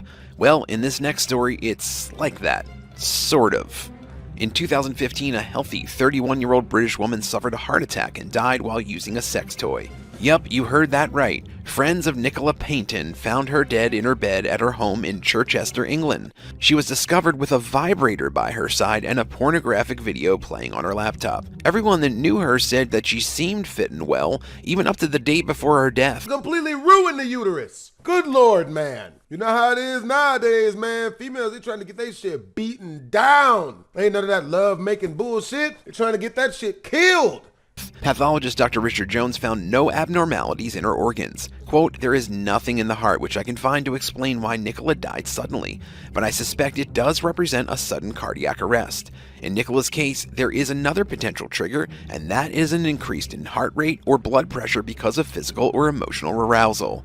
In other words, she got so turned on she had a heart attack and died, leaving all the evidence and clues of what happened right next to her." Excuse me? She nutted so hard she died? We might have to start being careful, man. We fuck around and kill one of these hoes. Number 8, Atomic Wedgie. Days before Christmas in 2013, 33-year-old Bradley Davis from Oklahoma was charged with murder when he gave his stepdad an atomic wedgie. He killed his stepfather, 58-year-old Denver St. Clair, during a drunken fight at their home in Potawatomi. The family was having cocktails at the stepdad's residence when he started talking nonsense about his wife, Davis's mother. This made Davis really angry. So angry that he knocked his stepdad to the ground, grabbed his underwear, and pulled the elastic waistband up as high as he could and put it around his neck. The medical examiner reported that the cause of death was due to asphyxiation and blunt force trauma from the elastic band that was stretched way too tightly over his neck. The elastic waistband had also left a deep ligature mark, and there was evidence of blood splattered around the kitchen and the living room. Nobody knows if Davis actually meant to kill his stepdad, but he did, and he was held in Potawatomi County without bond. His lawyer wasn't available for comment. Imagine him being in jail and an inmate asking him what he's in for. Number 7, crossing the border. In April of 2022, a native of Mexico decided she was going to cross the border the hard way. The woman got the brilliant idea to scale a border wall. Her name hasn't been released for privacy reasons, but we do know that she was 32 years old and desperate to get into the United States. One night, under the cover of darkness, she approached the Mexican side of the wall opposite of Douglas, Arizona. Using a climbing harness, she scaled the side of it, but couldn't make it all the way down. Somehow she got her leg stuck. She was then hung upside down from her harness on the American side of the wall in Arizona. The Cochise County Sheriff's Office doesn't know how long she was hanging there, but it was long enough that all the blood rushed to her head and killed her. Hey, she made it over the wall, she just never touched down. Believe it or not, this was not actually the first time something like this had happened. Earlier in April, almost the exact same thing occurred in Texas. A migrant trying to scale the wall fell off of the barrier and landed on U.S. soil, but unfortunately didn't survive. He died at the hospital while his friend, a migrant who had also fallen off the barrier near Clint, Texas, and suffered a fracture to his hand. The survivor was then returned to Mexico by the Customs and Border Protection officials. What's the craziest way you've heard of someone trying to cross the border? Let us know in the comments below and hit that subscribe button while you're at it. Number 6. Sasquatch squashed. The Sasquatch prank is when someone camouflages themselves and jumps in front of people and tries to scare them. It's ridiculous, and so is the way this guy died. In 2012, 44-year-old Randy Lee Tenley tragically died while trying to do this very prank.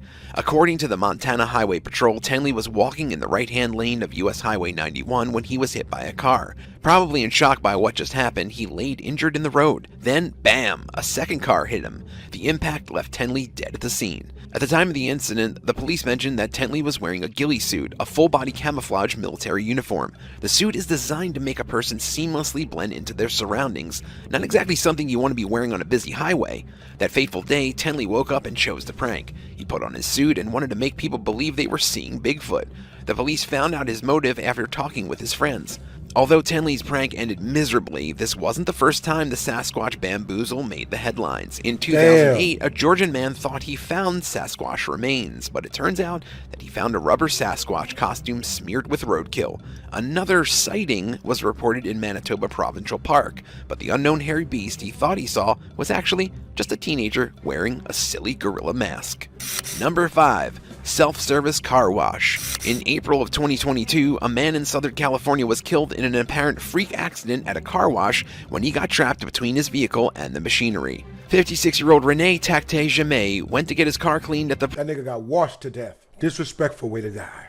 car wash. Everything would have been fine if he followed the simple car wash rules. Do not exit your vehicle. But for some reason, Jamay decided the rules didn't apply to him. An alarm went off for about 30 minutes, but the victim was not discovered until another customer arrived and called 911. According to Lieutenant Scott Walters, officers found the car still in gear along with the evidence that Jamay was dragged by the vehicle, ouch, which rolled forward after he exited it. Jamay then became wedged between the left side of the vehicle and the left column of the car wash machinery.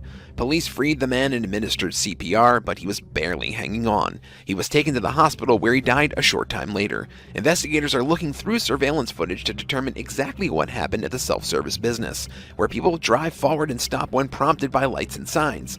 Pretty basic stuff. The incident was deemed a traffic collision, not an industrial accident, because the driver had total control of his car the entire time. Jamay literally drove into the car wash for an unknown reason and tried to exit his vehicle.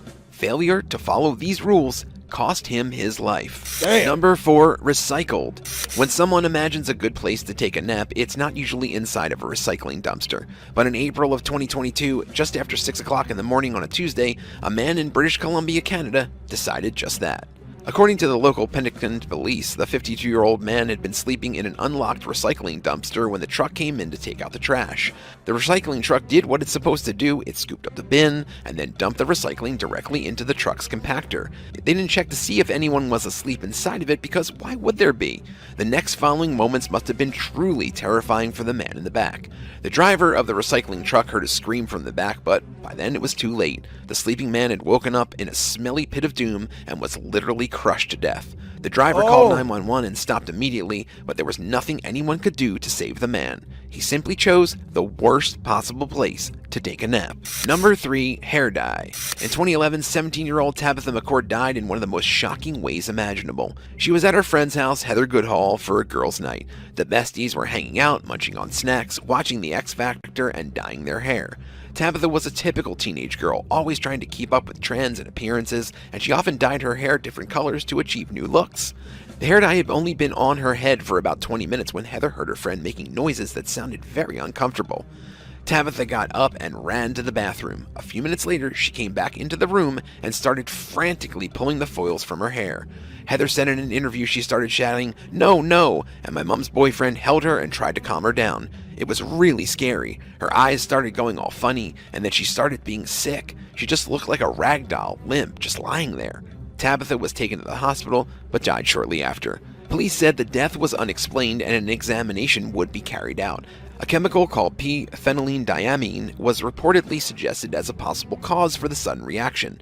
Emma Meredith, head of scientific research at the Cosmetic Toiletry and Perfumery Association, explained it's used in a lot of dyes that darken hair color. Quote, "To have such an immediate and violent reaction to this or any other cosmetic product is exceedingly rare," end quote. Number 2, charging and lightning.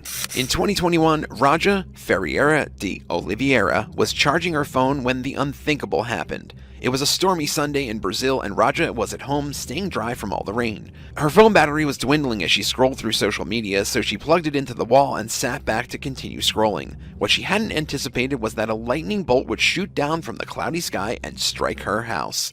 Nobody ever really thinks that it's going to happen to them, but unfortunately for Raja, fate chose her that day. That lightning bolt traveled through the house, entered the electric socket, and went up the charging cord and straight into Raja's body. The intense electrical shock killed her on the spot. Damn. It was a total freak accident that nobody would ever imagine, and yet Raja was the third person in the Brazilian state of Pará that got electrocuted during that same week. It appeared Mother Nature was targeting one location. A man named Semeo Tavares was talking on his phone when he too got struck by lightning and died, with his phone acting as a lure for the electricity to come down and strike him. Number 1, hiccups. Hiccups are super annoying, and everyone knows it, but most of the time they're pretty harmless and they go away after a few minutes. It's not like they're deadly, right? Wrong. In 2019, an old man in Taiwan had hiccups for 2 whole weeks. Hiccups aren't necessarily a sign of an underlying condition, but hiccups could be a symptom of a serious health problem if it persists for an abnormally long period of time, like 2 weeks. The 77-year-old was admitted to Taipei Veterans General Hospital after he experienced hiccups that wouldn't stop, and he had no appetite to eat. He said before he died that anytime he ate or drank that the hiccups would just get worse, and as a result of not getting enough nourishment, he got very weak. Dr. Gao Zhujin from the emergency department thought that the man was suffering from indigestion, but he later suspected that the patient could have been having some heart problems. The man was given an electrocardiograph test and then was diagnosed with an acute heart attack. He was immediately sent for surgery, but unfortunately died a week later. Damn. Number 10, the perfect disguise. When breaking the law, it's best to wear a disguise so that law enforcement and other witnesses won't recognize you, and it's easier to get away with the crime. On July 31st, 2009 in South Carolina, that's exactly what 24-year-old Thomas James and 23-year-old Michael Gregory Thomas decided to do. Sheriff Leon Lott said the two suspects entered a Sprint PCS store armed with guns and demanded money from the employees. Holding the staff at gunpoint, the criminals stole wallets, purses, and credit cards before forcing the workers into a bathroom while they fled. The men had what they thought was a clever disguise by spray painting their faces gold in order to conceal their identities during the robbery. Investigators learned that after the robbery, James started having difficulty breathing and died shortly after. The coroner ran a toxicity test on James and discovered that he had inhaled a little too much of the gold spray paint fumes and consequently died because of it. Witnesses identified Michael Thomas as one of the robbers, and he was arrested a few weeks after the crime. So in case you were wondering, spray painting your face doesn't really conceal your character, and it just might kill you. Number 9, getting busy. In September 2019, a couple decided to get busy on a third-floor balcony at a graduation house party in Quito, Ecuador. And apparently they were too busy to realize just how high up they were. The naked couple tumbled over the edge while romping and plunging to their deaths. The bodies of the unnamed 28-year-old woman and her 35-year-old lover were discovered sprawled on the adjacent terrace by a neighbor who heard a crash and rushed outside to see what the unusual commotion was. A heartbroken relative of the unfortunate female victim that fell said she was the mother of an 8-year-old girl. Police District Operations Chief Christian Trujillo said that the detectives are investigating how the accident happened.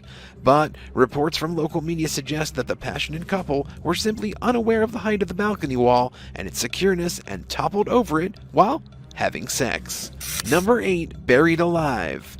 In 2021, a pastor in Africa died after he, in an effort to prove he was truly a messenger from God, buried himself for 3 days while pledging he would rise again. Good job. 22-year-old James Scarier, a pastor from the Zion Church in Chadiza, Namibia, wanted to demonstrate to his congregation that he had been anointed by the Lord and could perform the miraculous. Yeah. James insisted on being buried alive in an underground tomb for 3 days.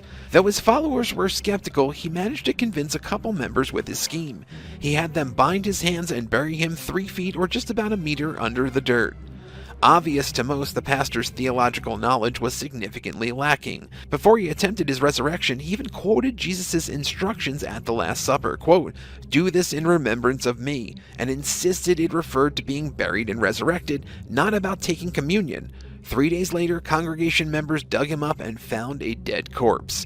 They attempted a series of rituals to, quote, complete the resurrection, but their results were in vain. Number 7, Titanic pose. In May 2022, a man tragically drowned as he was attempting to copy the iconic, quote, King of the World Titanic pose with his girlfriend. Dumbass. Two 23-year-olds, Furkan Sifsi and Mini Dinar, tumbled over into the sea in Izmit, Turkey after trying to create the pose Leonardo DiCaprio and Kate Winslet did in the famous Titanic scene. Oh boy. You know the one. Winslet stands at the bow of the ship with her arms out like a bird, and Leo comes in behind her and holds her at the waist. The couple, who had been drinking alcohol on a fishing trip, chose the edge of the pier for the perfect picture.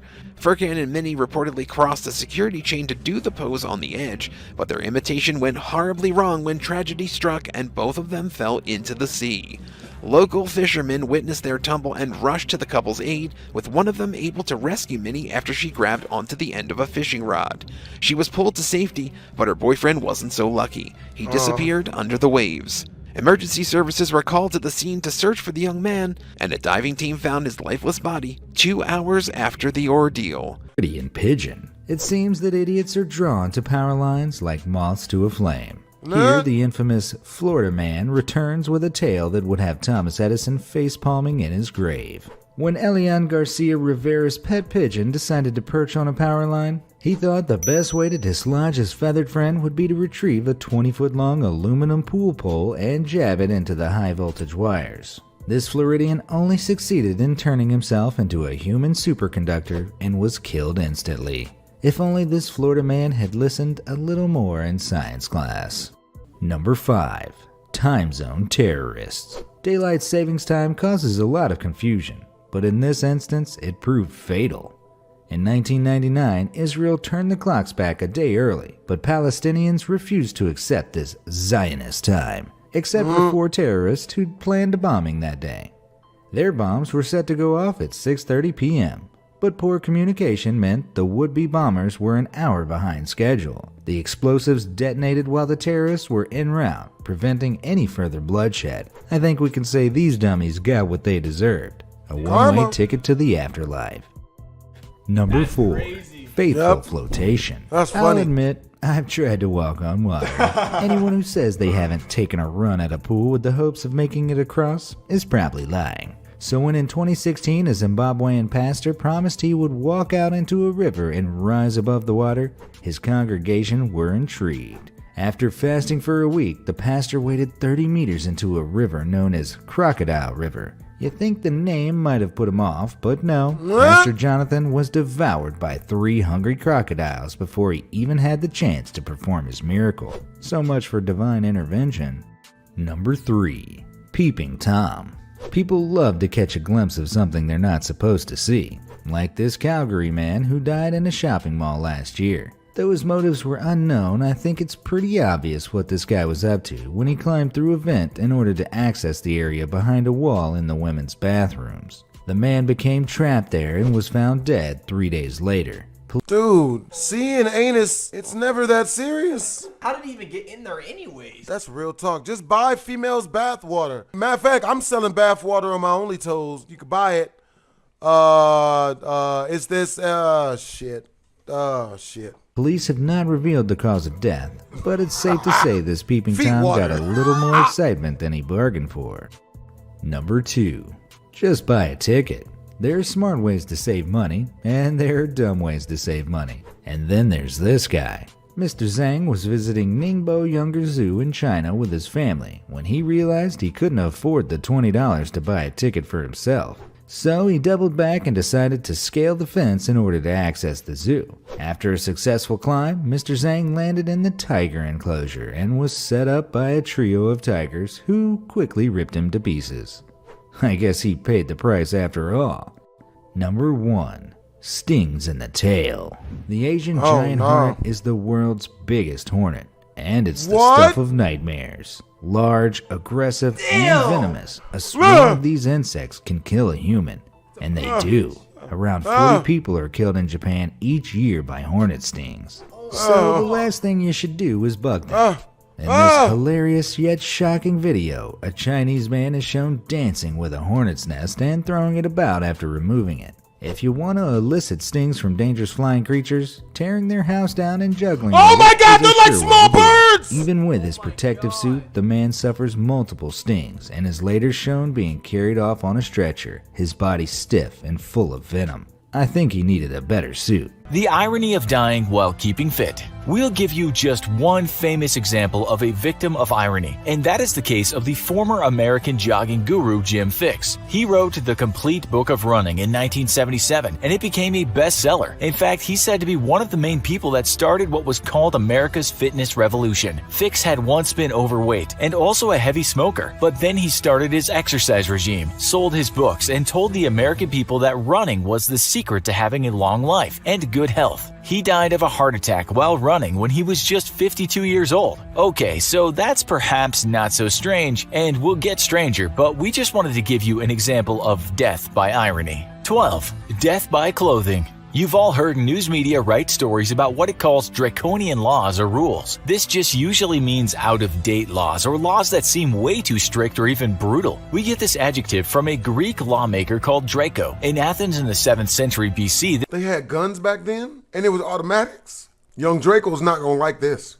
I mean, but Soldier Boy, I think. This man created laws that were said to be unfair, or at least unfair if you were not part of the wealthy group of people. His harsh legal code could mean cruel punishments for even petty crimes. Nonetheless, it said he was popular at the time with the crowds, but in those days, the public did seem to enjoy watching blood being spilled. It said during one appearance in the Eugene Theater, the crowd wanted to show their adoration, so they threw their hats, cloaks, and shirts at him. But they went overboard, and it said Draco suffocated under the avalanche of clothing from his admirers. We should say that this is an old story passed down, so one might question how it actually happened. Maybe they meant to kill him. What, the clothes have bricks in them? How do you die by having clothing thrown at you? But we'll never know what happened that fateful day. 11. Death by proving that something is safe. What? You may have heard about this one as it's popped up in various TV series from time to time. The story is of a Canadian lawyer called Gary Hoy. On July 9th, 1993, he was taking people on a tour of the Toronto Dominion Centre, a building of many floors with a lot of glass windows. He wanted to demonstrate to the people just how strong the windows were, as rightly some folks were concerned about such a high glass-fronted building. To do this, he did something he'd done before and threw himself at a glass window to show that the glass was very strong. Very smart. It's like he's taste testing for danger, but with his body. Brilliant stuff. He was right that the glass didn't smash, but on this occasion, the window popped out of its frame, and Hoy fell a long way to his death. An engineer later told the Canadian media, "I don't know of any building code in the world that would allow a 160-pound man to run up against a glass and withstand it. That might have been some shock for the bystanders." 10. Same but different. This is another story of a lawyer trying to prove a point to people and in doing so, killed himself. The man was an American lawyer called Clement Vallandigham, and in 1871 he was representing a client that was accused of murder. The lawyer was trying to prove that the victim wasn't murdered but had accidentally killed himself. He tried to show how this might have happened and accidentally shot himself. He died, but his client got off the murder charge. 9. Wow. Death by beard. A tourism website in Austria tells us that people can visit the epitaph of a man called Hans Steininger. Was it onlyfans.com? We gonna edit that out. He was a mayor of Braunau in the 16th century and was well known for having a really long beard. We're told it was so long that if not tied, it would trail on the floor. One day, the poor guy was walking down the street and he tripped on his own beard, broke his neck, and died. To this day, his beard is kept in the local museum. 8. Death by banana. Slipping on a banana skin is perhaps the best known gag joke. And What was you driving a Mario Kart? How you slip and die off a banana peel? of course, it doesn't happen very often. But searching online, we can find one death certificate from 1927 that did indeed blame a banana skin for the death of a man. The 74-year-old slipped and died in Tennessee. 7. Death by piano. If people do actually die from slipping on banana skins, do they also die by a piano falling on their heads? Well, someone actually investigated this, and that writer found at least one incident when a piano being pulled up a building had come crashing down on a person below. The website Straight Dope writes, in 1931, a piano was being hoisted up to a second-story window when a cornice broke free from the building, falling and killing a mover below. But perhaps the most famous piano death out there was that of a strip club bouncer called Jimmy Ferrozzo. In 1983, at a club in San Francisco, he and his girlfriend had been making love on a piano that was connected to a hoist so it could be lowered down for performances and raised when it wasn't being used. This time, the piano was down on the floor, but during the act of passion, one of the two accidentally hit the switch and the piano was pulled up. Jimmy was consequently crushed against the ceiling, but we are told his lover survived the incident. 6. Killed by a bird. We can actually find a few instances of people being killed by birds. Birds ain't shit. Birds ain't never been shit. They ain't never gonna be shit. Watch your back, men. They out here in full effect. But this one has to be the strangest and also involves a fair bit of karma. In 2011, a 35-year-old California resident called Jose Luis Ochoa was stabbed to death by a bird. The BBC writes that the man had been at an illegal cockfight and had taken with him a cock that had sharp spurs on its legs, which were more like little knives. The bird apparently turned on its owner and he suffered what the coroner called a sharp force injury. A police spokesperson told the media, "I have never seen this type of an incident." No kidding. 5. Killing your son. The snake. In 2013, a Japanese man called Takuya Nagaya had apparently been acting a bit weird at his parents' apartment in Okazaki City. He'd been slithering around like a snake. Of course, his father came to the rational conclusion that his son had been possessed by some kind of snake demon. He then did the next rational thing and took matters into his own hands. Well, we should say head and teeth. Reports tell us his son died from injuries sustained while the father was trying to get the snake out of him by biting and headbutting him. You can only imagine what the scene must have looked like. What? 4. A cow through the roof. The BBC reported in 2013 that a Brazilian man was killed in his bed when The BBC, huh? Oh boy. a cow came crashing down through his roof. Somehow the rather large animal got into his asbestos roof and fell right through it. Apparently this wasn't the first time a cow had fallen through a roof in this rural area. The 45-year-old died from internal bleeding. 3. Death by slug. Many of us might have done some silly things just because we were dared to do it, or we wanted to win some money or just show off. This goes wrong all the time, and you can find endless video clips of Darwin Award types of stunts online. In November 2018, the world's media reported the death of an Australian man called Sam Ballard, who had died aged 28. 8 years prior to his death, the skilled rugby player had been at a party with friends in Sydney. No doubt quite a bit of alcohol had been consumed, and during the party, a slug turned up on the scene. Ballard's friends, writes The Independent, dared him to eat the slug. That he did, but as a result, he became very sick. He was taken to a hospital, and it was found later that he had been infected by a parasite known as rat lungworm. This ended up paralyzing the young man and was the reason he died some years later.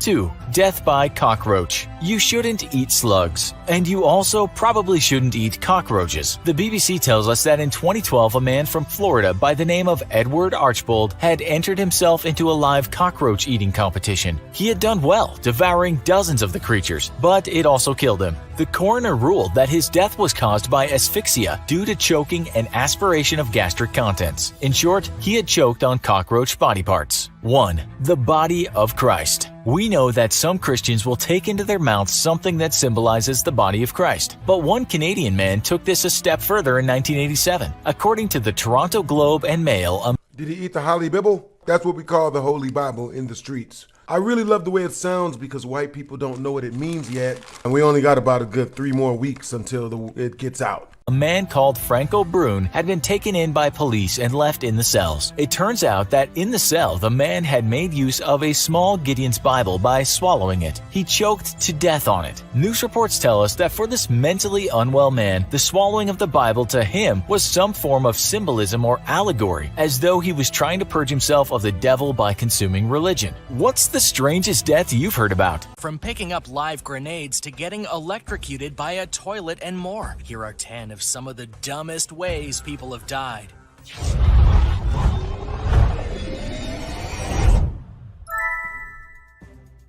Number 10. Grenade selfie. There are certain things you're supposed to know not to mess with, and potentially dangerous explosives, well, they're one of those things.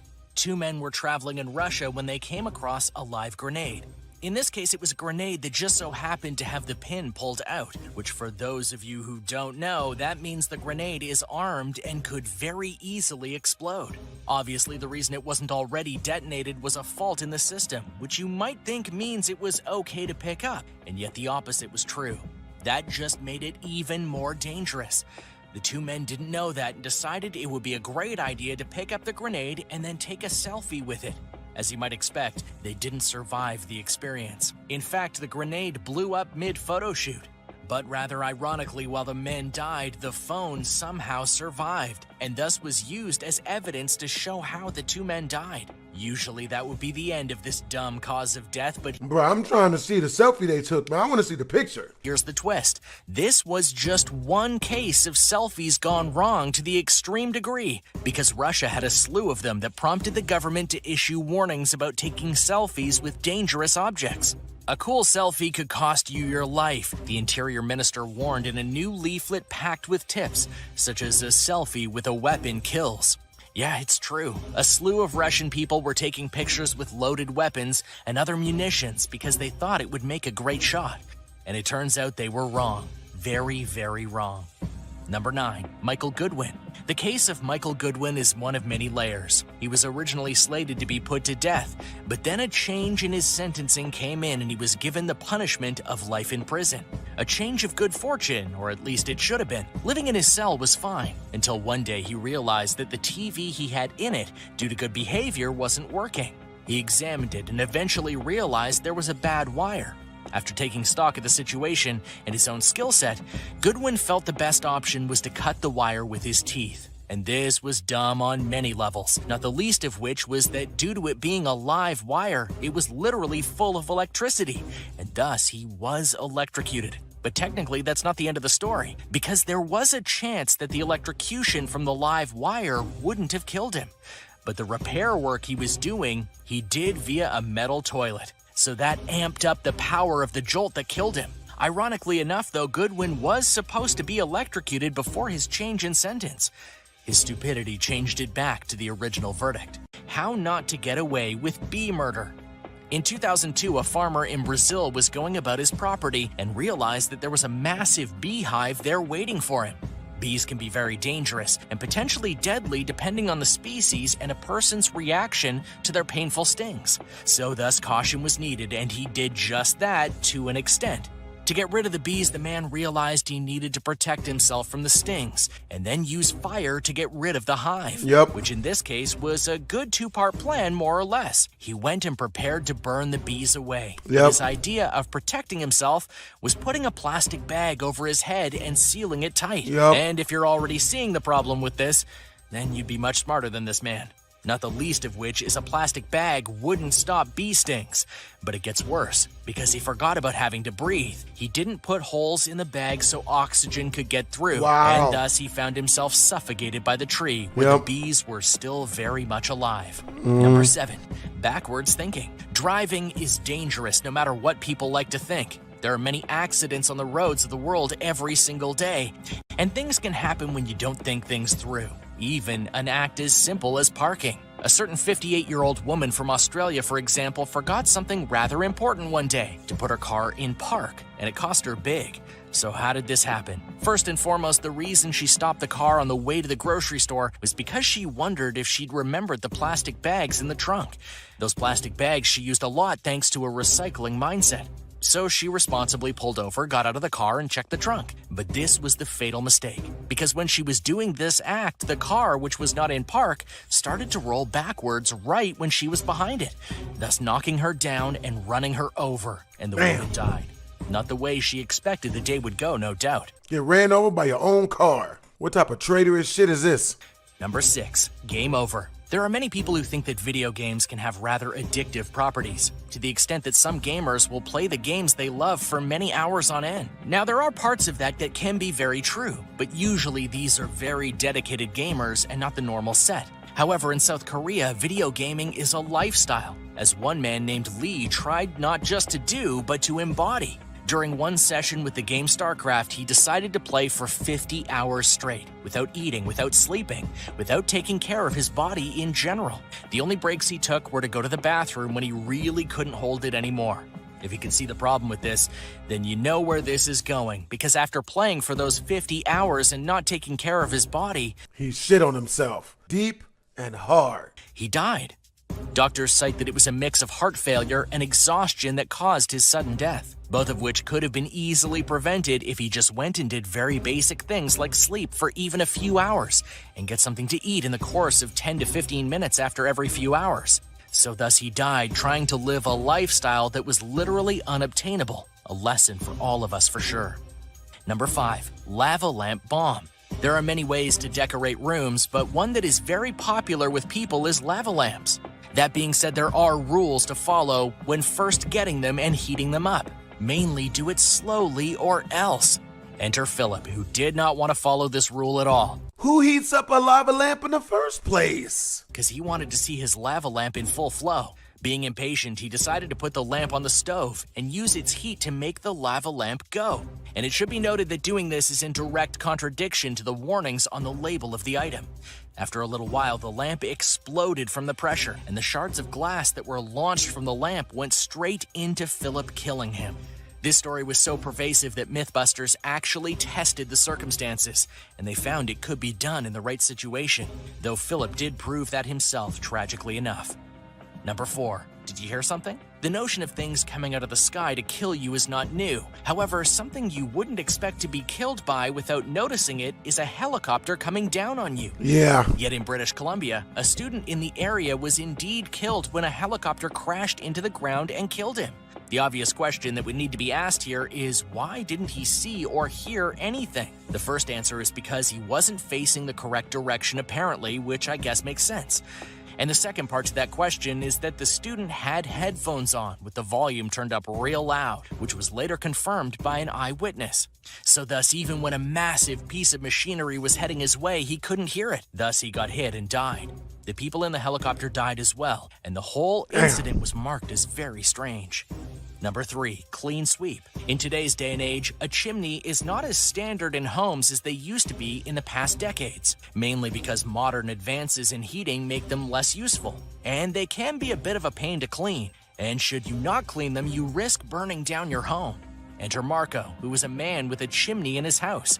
He started to clean his chimney in the basic way by using a broom, but he realized that it just wouldn't work.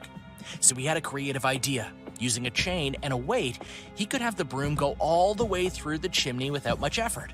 All in all, kinda not a bad idea, but the weight aspect of this plan is where things got dumb, because he decided to use a grenade. No. But wait, there's more. No. Because not only was he using a potentially explosive device to send down a chimney, he also felt he needed to make sure it didn't get off the chain he was tying it to, so he welded it on. Once the welding fire touched it, it exploded and Marco was killed. That's what happens when you really don't think plans like these through. Number 2, getting big air. For those who don't know, kite surfing is a respected endeavor in which people use kites that are like parachutes to skate across the water and sometimes get really big air. It's a complicated thing, but to those who know what they're doing, it can be quite the rush. However, the thing you must look out for is the massive wind currents, because they can literally spell your doom. And that's what happened to Adrian Monnoyer. During a particularly windy day, weather reports told surfers to stay off the oceans. But many, including Adrian, refused and thus went kite surfing. As Adrian was doing this, he got caught up in a gale of wind that was 100 miles per hour. It was so strong that it literally lifted him up into the air and sent him inland. Into the side of someone's house. To which he would go and hit many buildings with his body, Knew it. including a massive hotel. Yep. And then after finally being disconnected from his kite, he would fall to his death from 50 feet up. Yep. This bizarre death could have easily been avoided, but it wasn't because of the thrill of the sport. Yeah, he was doing Number too 1, much. stay in the vehicle. When you go on a safari, especially one that has various animals of incredible sizes, one of the most important rules is to not leave the vehicle at any point unless specifically told. And this is Not even if it is to have consensual intercourse with said animals. No matter what the animals tell you, don't do them. And I learned that from the Magic School Bus. Miss Frizzle was on that other shit. for people's safety as well as the safety of the animals. But for 2 elderly German tourists at a Spanish safari, they decided not to heed the many warnings that were put across the safari park and get out of the vehicle to go and enjoy the animals more. As if to prove the point, near immediately after they got out of the car, a set of tigers pounced upon them and killed them both. Oh! It didn't release too much information about the couple, but it was clear that they didn't obey the rules, and it literally cost them their lives. Thanks for watching. What did you think of these incredibly dumb deaths by people who honestly could have known better? That's kind of attractive. We all know a guy who cares more about seeming like the manliest man than his own personal safety. But for one unfortunate fellow from Pato Branco, Brazil, wanting to appear tough resulted in the opposite effect, and ultimately, his demise. When the 48-year-old climbed into bed one night, he felt a sudden twinge of pain on his leg. Pulling back the sheets, he spotted a Brazilian brown spider, which, upon being joined in bed uninvited, had bitten him.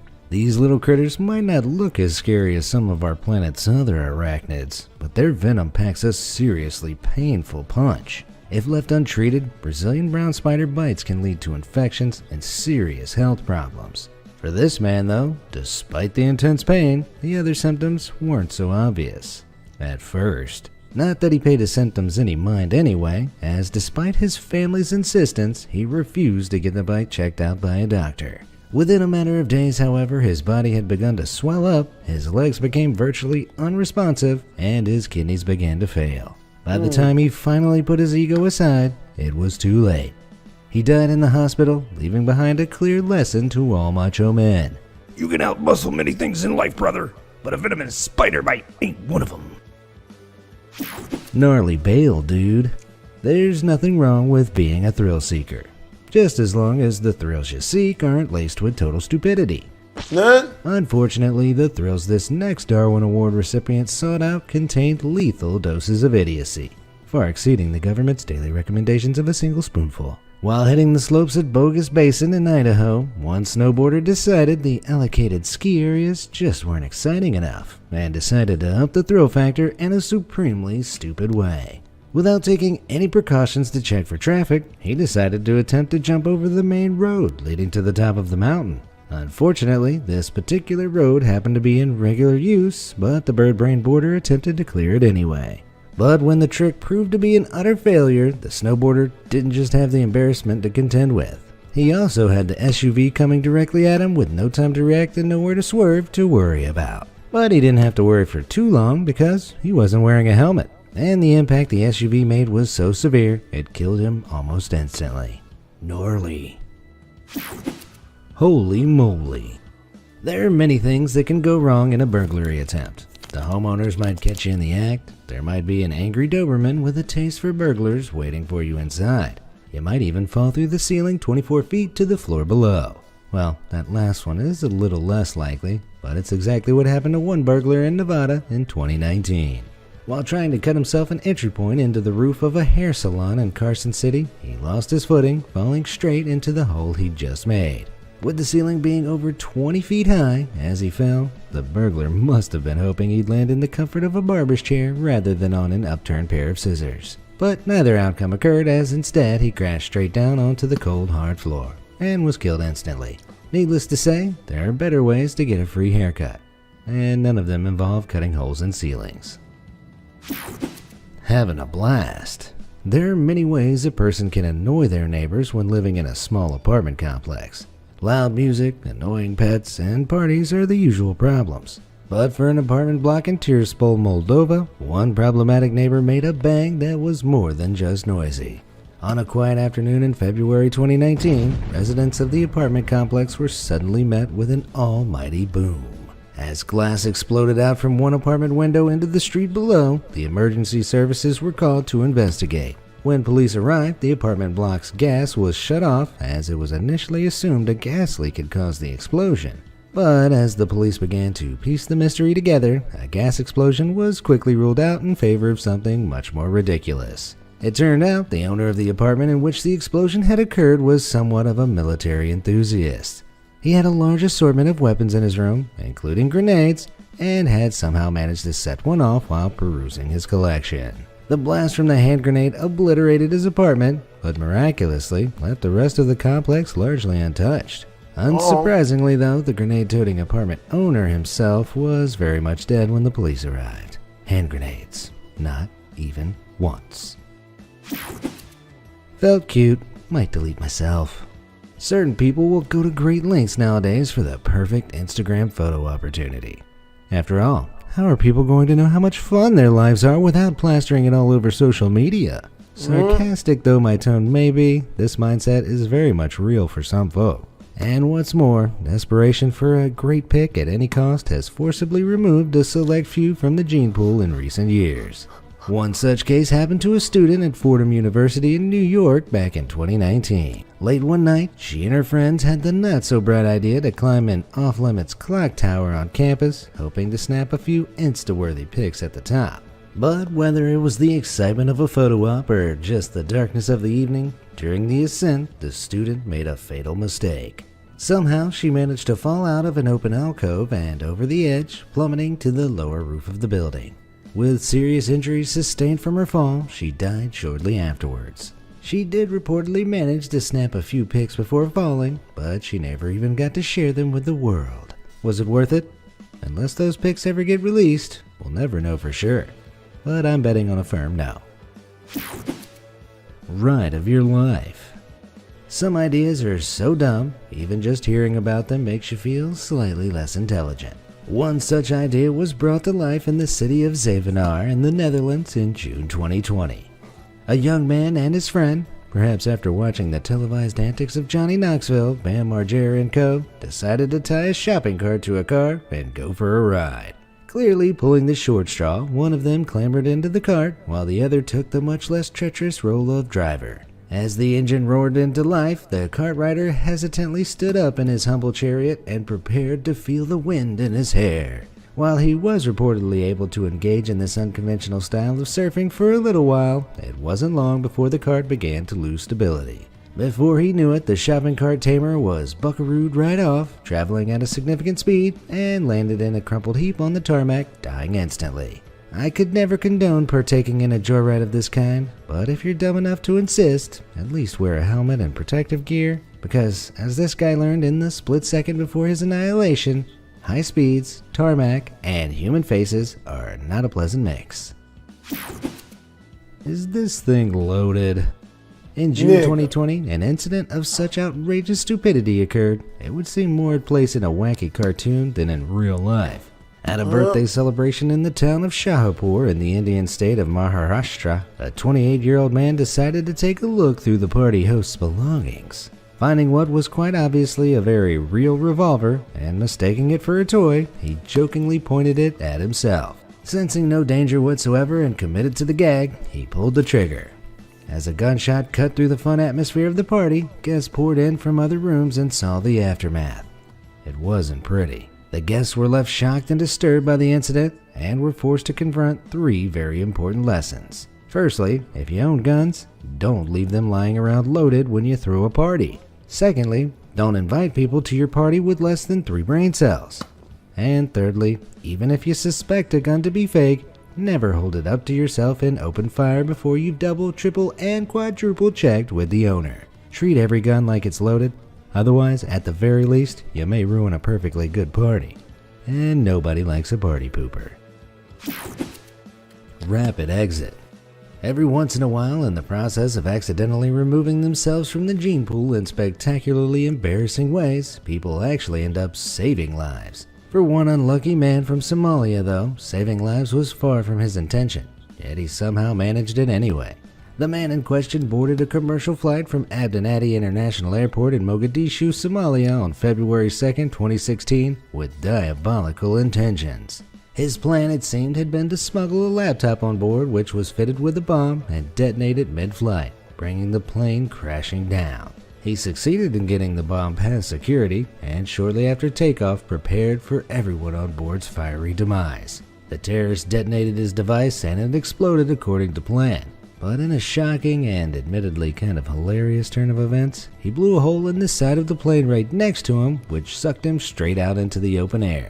While a couple of other people were injured, no passengers died, and the plane turned around and landed safely back at the airport. All the while, the world's unluckiest terrorist was treated to a nice flight of his own, straight down to the ground at terminal velocity. What was left of him was later scraped off the road near Mogadishu, and about as dignified an ending as he deserved. Hammer time! When in doubt, hit it with a hammer. That's the approach one man from the commune of Boltati in Romania seemed to take to life. At least it's the approach he took when investigating a mysterious metal object he found while exploring the fields near his home. As you can hopefully understand, a hammer is far from the perfect investigative tool for such a purpose. But unfortunately, not everyone is fortunate to have the baseline level of common sense you and I take for granted. The metal object in question was a rusty cylinder that looked something like this, which even at first glance should have begun to ring a few alarm bells in his head. But those alarm bells remained silent, and the air was soon filled with other noises instead. First, the sound of metal on metal, as he took the object back to his home workshop and gave it an investigatory whack with his hammer. Then, the sound of an explosion, because the object he'd found and proceeded to hammer was a very old, but still very much active, bombshell from a past battle on Romanian soil. With all the grace and decorum of someone trying to tie their shoes with a jackhammer, the man was blown to smithereens in the most literal sense of the phrase. He wasn't a bright spark in life, but he certainly was in death.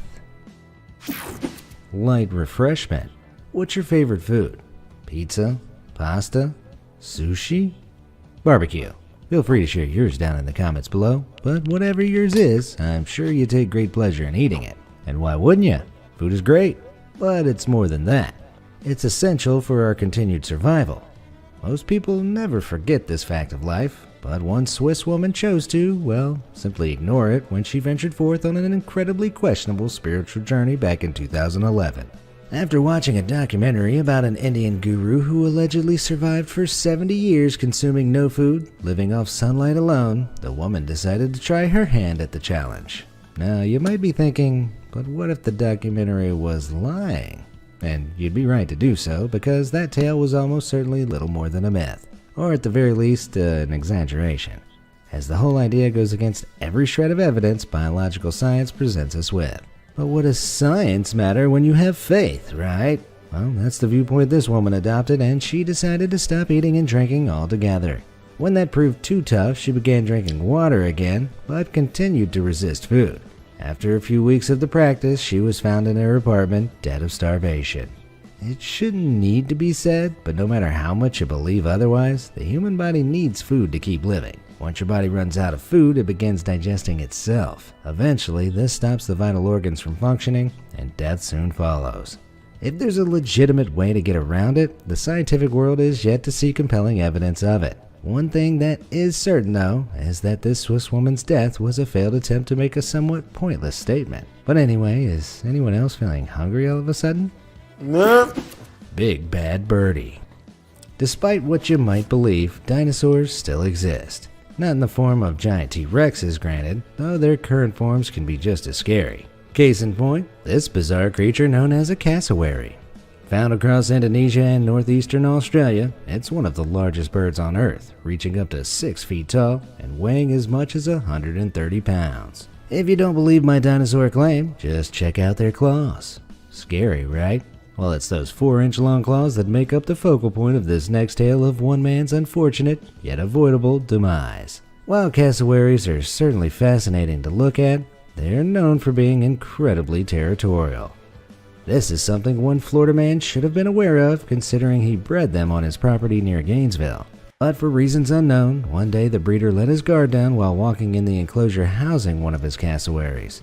In a stroke of misfortune, he fell, and seeing an opportunity to attack, the cassowary leapt forth with those dagger-like claws. Had the breeder been smart like this guy, he would have taken something into the enclosure to put between the bird and himself in the event of an attack. Anything to absorb some of the powerful kick's impact, and most importantly, keep those claws away from his vulnerable body would have made all the difference. But unfortunately, that wasn't the case. The bird overpowered the unlucky breeder and kicked him to death. It's certainly a tragedy and proves that around dangerous animals, letting your guard down even once can be a death sentence. On the other hand, I would argue that killed by a living dinosaur is a pretty cool thing to have on your gravestone. I'll give him that. Digging an early grave. You don't need to look far on the internet to see examples of people with dangerous jobs throwing all safety measures to the wind.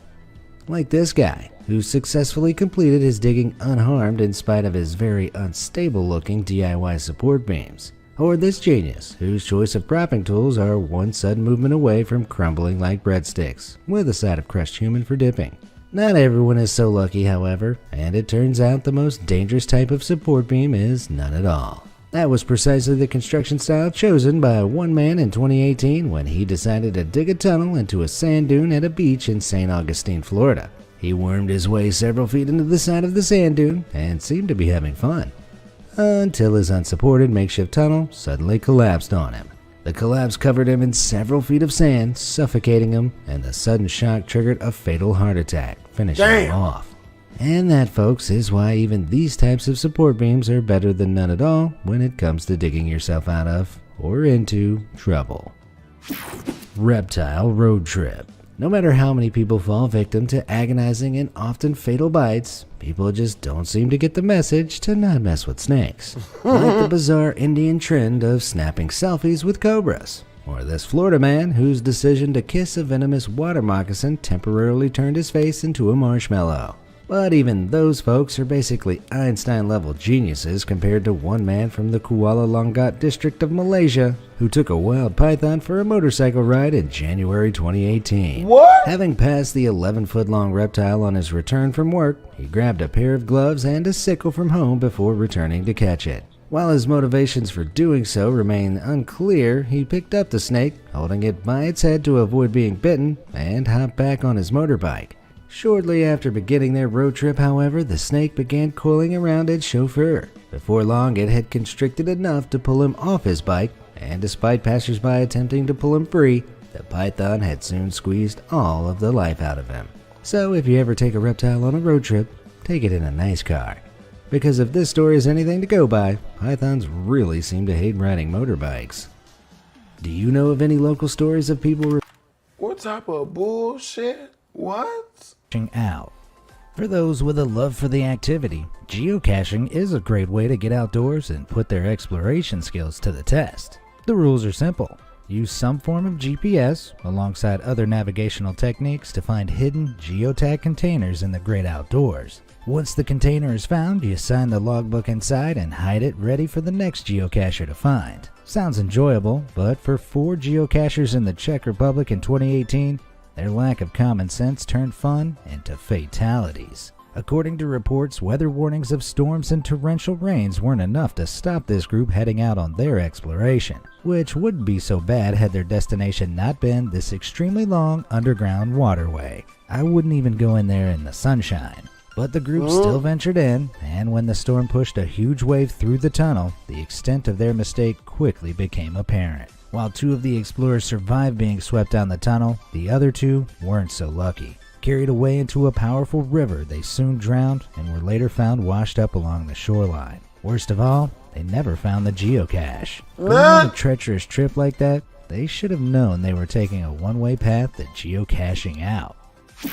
Corona Kiss. If you're a normal, sensible person, you probably understand that people with infectious diseases are probably best given some space. But a man from the Indian state of Madhya Pradesh chose to reject this approach completely after he started telling people he could heal illnesses like coronavirus by kissing their hands. Unbelievably, superstitious folk began taking him up on the offer by the dozen. But with the contact between the healer's lips and countless hands, it wasn't long before, unbeknownst to him, the healer caught coronavirus. And with each hand he kissed, he unwittingly began passing the virus on to other people. Ultimately, 19 people were infected after coming into contact with the deluded healer, though they didn't have to wait long for justice to be administered. By the time the 19th person had been diagnosed, the healer had died from the virus. As far as I can tell, no amount of kissing is going to bring him back.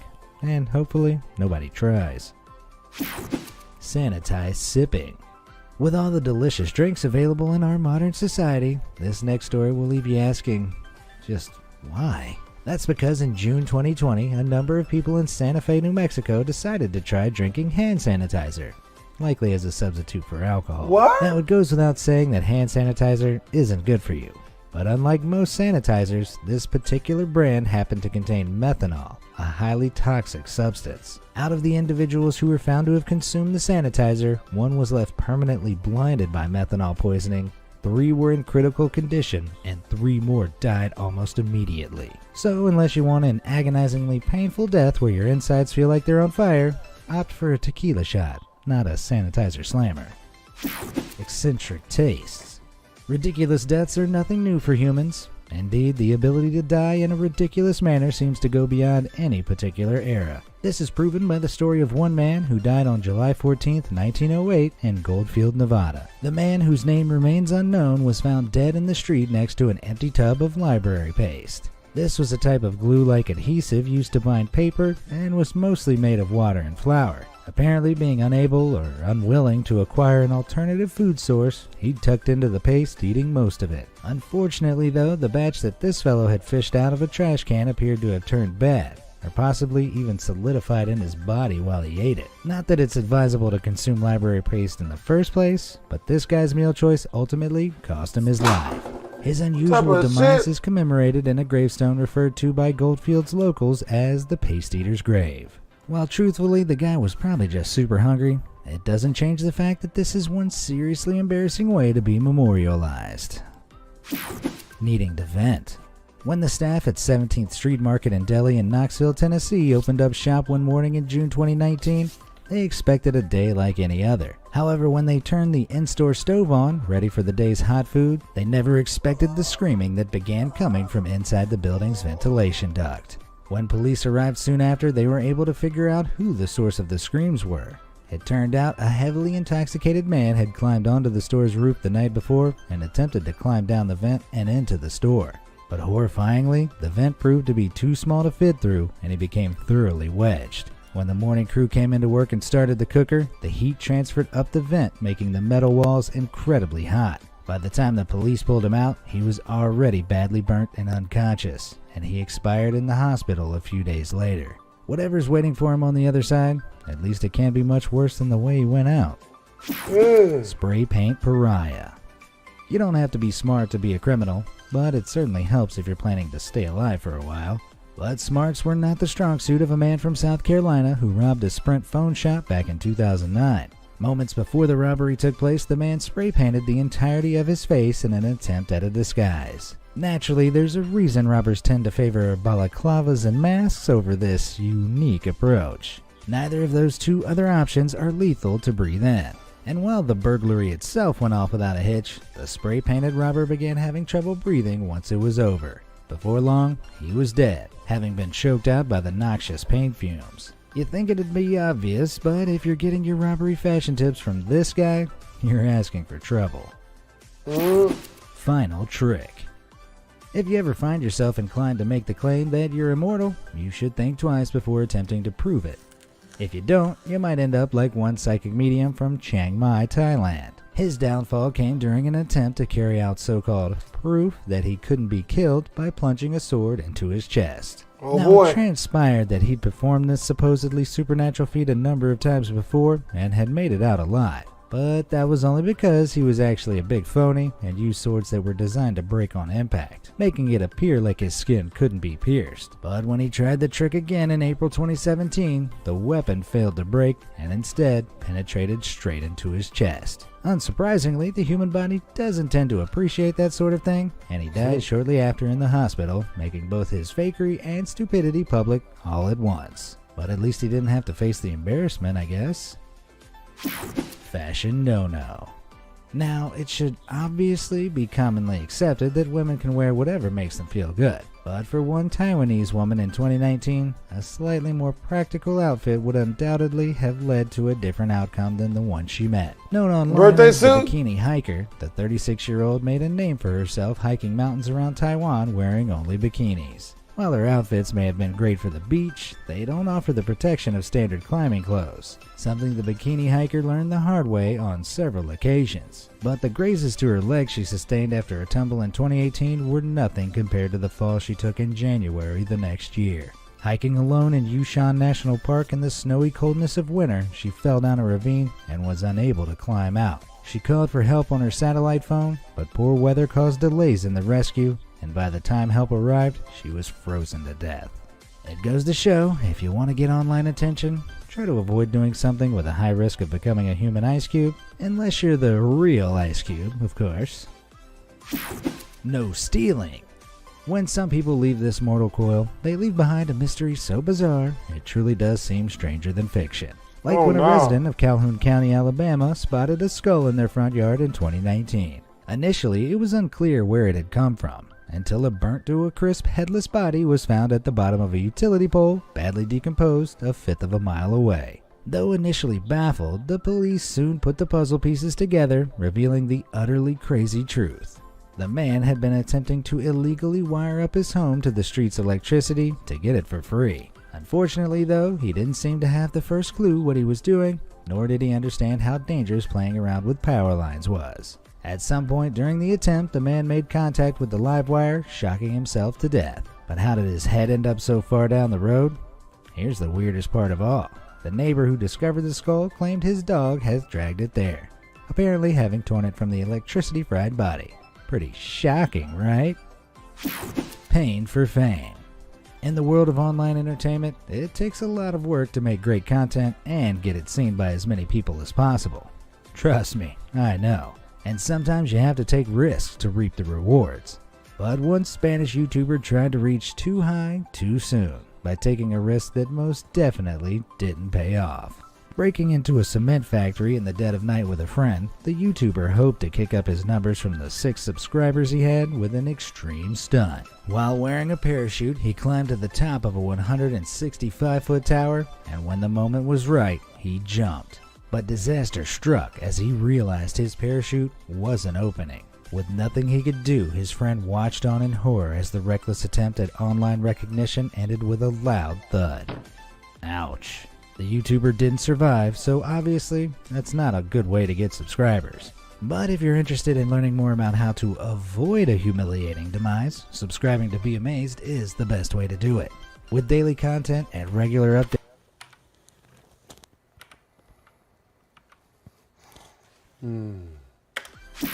Sting operation. In life, some of the things we assume are universally understood to be bad ideas are occasionally seen as great ideas by the dimmer folk among us. Like how if I were to ask you to swallow a mouthful of wasp spray, you'd probably think I'd lost my mind. But in 2019, Boone County, West Virginia saw the rise of an alarming trend. People had begun using wasp spray as an intoxicant, and it turned out to be about as safe as you'd expect. While some reports emerged of milder symptoms after use, including extreme swelling and redness of the hands and feet, as well as erratic behavior, other cases were more serious. 3 people died after the harmful spray triggered allergic reactions following repeated usages, proving to whoever was too dumb to see it before. You don't inhale wasp spray. Shouldn't that be obvious? Go-kart departure. When you think of motor racing accidents, you probably picture high-speed sports cars flipping over a load of times and exploding. But as this next story proves, not all demises on the track are so morbidly mesmerizing to behold. One night in August 2019 at the Showtime Speedway in Florida, 2 people snuck in and started racing around the track in go-karts. But while zooming along, one of the rookie racers failed to spot a guardrail across the lane he was driving in, and he crashed into it at full speed. Wearing no helmet and with no safety harness on his go-kart, he took the full force of the impact and was later declared dead in the hospital. As far as badass ways to die go, death by go-kart has to be last place over the finish line. Taking a tumble. Sometimes generally smart people make incredibly stupid decisions. And in the case of one Philadelphia medical student, one awful decision came at an extremely high price. For reasons unknown, the student had decided it'd be a good idea to jump between the rooftops around his apartment in the northern side of the city. But after several successful jumps, his luck ran out. On his final leap, he came up short and fell 2 stories to the ground below. Though the fall might have seemed survivable from afar, he hit his head on the way down, which proved fatal almost immediately. The unfortunate incident provides an important lesson. It doesn't always take plummeting from 160 feet for a fall to be fatal, and making the foolish decision to mess around at even a slight elevation can prove fatal. You'd think a medical student would know this, but perhaps he hadn't reached the jumping across rooftops part of the course yet. 'Tis only a flesh wound. Some people love to live life on the edge, like these guys, who captured themselves performing a practice known as car skiing, whereby a car turns sharply at speed, allowing it to drive on 2 wheels. 2 of them even made the brazenly stupid decision to lie in the road during the stunt. While these fellows will likely meet a deadly end if they keep it up, their love of risk-taking hasn't caught up with them yet. But in August 2019, one Brazilian man's disastrously dumb, drunken risk-taking did indeed catch up to him. When he and his friends stumbled across an orange snake with white and black stripes, instead of heeding nature's natural color warning, they did the opposite. With the misplaced confidence only excessive drinking can afford, the man picked up the snake in his bare hands and waved it around, mocking the creature. Reportedly, this was normal behavior for the man, and something he'd often be seen doing after a few too many beverages. But the reptile would have the last laugh because it just so happened to be a coral snake, one of the most venomous species in the world. Eventually, it decided enough was enough and bit the man on the hand. At first, he laughed it off and continued to hold the snake, but mere moments later, he was on the ground fighting for his life as the venom made its way around his body. By the time he made it to the emergency room, it was already too late. I don't know what they taught this guy in school, but I can tell you one thing. First-hand experience is absolutely not the best way of learning about how snake venom works. Don't make a scene. For many people who have done bad things in their life, there's often a turning point at which they begin to seek redemption. On the other side of the coin, some people are total pieces of work right up until their final moments. Like one unpleasant man from Cornimont, France, whose drunken plan to hassle the customers and staff of a kebab restaurant one evening in May 2019 proved a fatal mistake. After shouting obscenities, insults, and threats at the people in the restaurant, he proceeded to punch through the front window, severely injuring himself in the process. His lacerations were so bad that within minutes he was on the floor, quickly growing pale. But even as his final moments of consciousness slowly faded away, he continued his barrage of verbal abuse of the people around him. Going out with a bang is a desire for many people, but I wonder how many hope that bang's followed by the smashing of glass and a dictionary's worth of swear words. French swear words at that. Sacre bleu. Weight problem. It's a very real fear for many people that one day they'll bend over and their pants will split from having gained too much weight, or that a chair will collapse when they sit on it. Of course, neither of those are necessarily fatal, but what one unfortunate Canadian tourist experienced in his final moments in Chiang Mai, Thailand can be described as true fatal embarrassment. Disaster struck for the Canadian when he attempted to ride a zipline across a forested creek. While the recommended max weight for zipliners at the spot was 275 pounds, the man reportedly weighed upwards of 300 pounds. It remains uncertain whether he disclosed his full weight or whether the organizers decided to turn a blind eye to his obesity. But regardless, the outcome proved a man of his size should never have been allowed to take the plunge. That's because the moment he leapt from the platform, the rope and safety locks pulled tight and immediately broke, sending him plummeting 160 feet into the forest below. As you can imagine, it was far from a soft landing and ultimately proved fatal. Of course, the accident wasn't entirely this man's fault. There was clearly some serious negligence on the part of the people running the zip line, but there's no denying being obese enough to snap a harness and fall to your death is one of the most humiliating ends imaginable. Yeah. A dangerous mix. It doesn't take a genius to know that mixing flammable compounds together without understanding the effects is an outrageously dumb idea. But unfortunately, that realization never occurred for one man from New Zealand back in 2018. In an attempt to improve the efficiency of his metal welding setup, the man decided to try his hand at a little chemistry. Modifying a gas container, he attempted to mix oxygen with acetylene, a highly flammable gas. Usually, these two are kept in separate containers, though of course that doesn't keep them completely safe when there are fate tempters like this around. But in the case of the New Zealand welder, his DIY redesigned container meant that the usual measures for controlling gas flow and stopping too much oxygen being added were absent. This meant that when he attached a welding torch to the container and sparked her up, boom. In a flash, the shed he'd been working in was flattened to the ground and he was killed in the explosion. Rule number 1 of explosive compounds? Don't use them as your personal chemistry experiment. Questionable cure. If someone commanded you to guzzle down a mouthful of bleach, you'd probably throw it right back in their face. Unfortunately, religion can make people do some crazy things in the name of faith, as demonstrated by a disturbingly stupid event that occurred in Zambia in 2019. At a particularly faith-focused church, the congregants gathered one April day for what they assumed would be a normal service.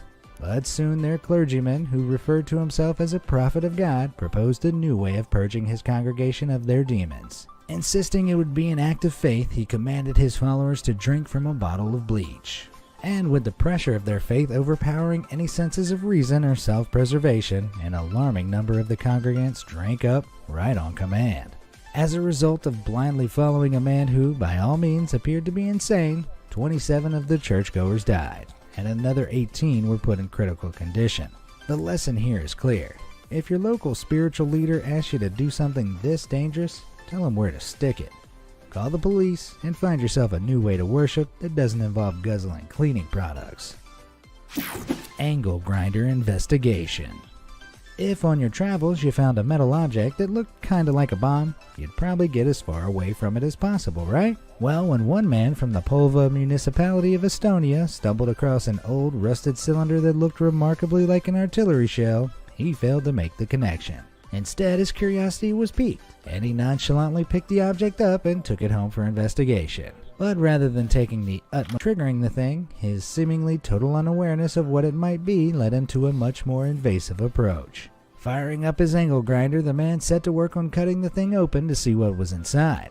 But seeing as the object was indeed a bomb from a war of the past, the inside became the outside very quickly, because it exploded, killing the man.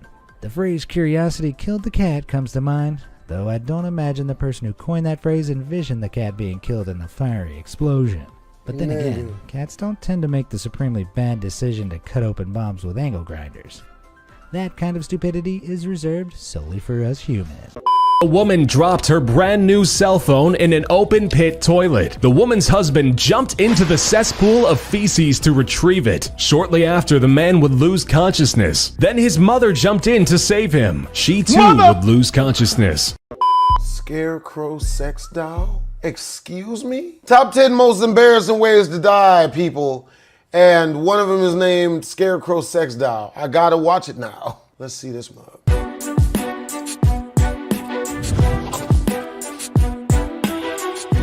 49-year-old Fagilio Mukhanetsenov from Kazan, Russia, was falsely declared dead by doctors while at the hospital. The family began praying for her soul by her bedside upon hearing the unfortunate news. Tragically enough, the woman had still been alive until she heard the prayers, which triggered a massive heart attack, this time killing her for good. The husband, Fagilio Mukhanetsenov, said her eyes fluttered and that she only lived for another 12 minutes. He plans to sue the hospital, which claims to be conducting an investigation as to how the incident came into passing. Damn. An American tennis linesman, ironically dubbed Richard Dick Vitheim, suffered a fatal injury during a tennis match at the 1983 US Open. Tennis player Stefan Edberg sent a delinquent serve into the groin of Vitheim while he sat atop his chair officiating at the center line. The blow would knock him backward, out of his chair and onto the hard surface of the court, striking his head. Richard's family would sue the United States Tennis Association for $2.25 million. The Supreme Court would reach an opinion that the tennis ball had not been the immediate cause of death, but simply a factor leading into it, and awarded his estate a mere $165,000 instead. Damn. Jose Alberto, or rather the rotting remains of him, were discovered at his home in San Jose del Bacare in eastern Argentina, laying next to a scarecrow customized into a do-it-yourself sex doll, complete with a 6-inch strap-on dildo, lipstick, and long-haired wig. Police responded to a neighbor calling to complain of a foul... Why would it have long hair like a woman and a penis? What? Nauseating smell emanating from Jose's house, where they discovered the 58-year-old shepherd lying dead next to the scarecrow. Stating there were no signs of violence, police think the man's heart gave out during the acts. Little is known of the man, as neighbors really only said he was a loner who didn't own so much as a mobile phone. Jose Luis Ochoa attended an illegal cockfight in Central California, and that is where he would die when police raided the event. The spectators fled upon arrival of the police, and during the commotion, Jose would receive a fatal wound. Not from the police, shockingly, but from a wound garnered by a knife strapped to the leg of a rooster. Upon searching the property, police would find 5 dead roosters amidst other evidence pointing to cockfighting, including the body of Jose. It is suspected that a delay in seeking medical attention for the wound could have been the key factor in his death. In 2014, when a woman dropped her brand new cell phone in an open pit toilet, the woman's husband jumped into the cesspool of feces to retrieve it. Shortly after, the man would lose consciousness. Then his mother jumped in to save him. She too would lose consciousness. The now panicking woman would try to jump in and save the two of them, but she as well would succumb to the noxious fumes found therein. Narrowly escaping death, the woman was ripped back to safety by 2 neighbors, who along with the woman would be treated for injuries. The husband and mother-in-law, though, would die of asphyxiation. Motherfucker, what? 1987. Talk Paul about G. shit, Thomas shit. was the co-owner of George Thomas & Sons Textile Company, a wool mill. Paul was operating the pinwheel dresser machine, which was used to spool the yarn to smaller spools, when he fell in and was rapidly covered by 800 yards of yarn. Paul suffocated in the mass before employees of the woolen mill found him. Employees stated that you couldn't even see the guy at all amidst all the yarn. This was presumed to be an accidental death, as no foul play was ever suspected. Sex with a horse. Kenneth Pinion, Oh, an boy. American Boeing engineer, died in 2005 from injuries resulting from anal sex with a horse. The sex act in question, videotaped by an anonymous friend, would display Pinion receiving anal intercourse from the horse, causing perforation of his colon. He was anonymously dropped off at the Enumclaw Community Hospital, where he would die while waiting in the emergency room. The story was reported by the Seattle Times and became one of the paper's most read stories of 2005. The death would prompt rapid response from Congress, as they would pass a bill prohibiting both sex with animals and the videotaping of the act. What? On March 24th, 1975, Alex Mitchell would die laughing, literally, after watching Kung Fu Capers, an episode of The Goodies. It's said the reason he passed away was the combination of prolonged laughter, which lasted 25 minutes, and a rare heart rhythm disorder known as long QT syndrome, which triggers cardiac arrests during adrenaline rush or prolonged exertion. His death would be spoken of for years, becoming headline news in most of the papers of his time. He gave a tremendous belly laugh, slumped on the sofa, and died, according to his wife Nessie. She would later write a letter to the Goodies, thanking them for making her husband's last moments enjoyable. Oh! Records from Orkneyinga Saga, an ancient book, tell tale of Sigurd Eysteinsson, or Sigurd the Mighty, as he became to be called. He was the second Viking Earl of Orkney and leader in the Vikings' conquest of northern Scotland. Sigurd challenged an indigenous ruler, Malbrigte, the Bucktoothed, to a 40-man battle for control of his lands. Mael, unused to Viking custom, honored the challenge, bringing 40 of his best men to battle what would be 80 of Sigurd's. A slaughter would happen shortly thereafter, claiming Mael's head as a trophy and strapping it to his horse's saddle. Mael's severed head bites Sigurd in the leg as he rode. The resulting infection would claim his life before he could ride home.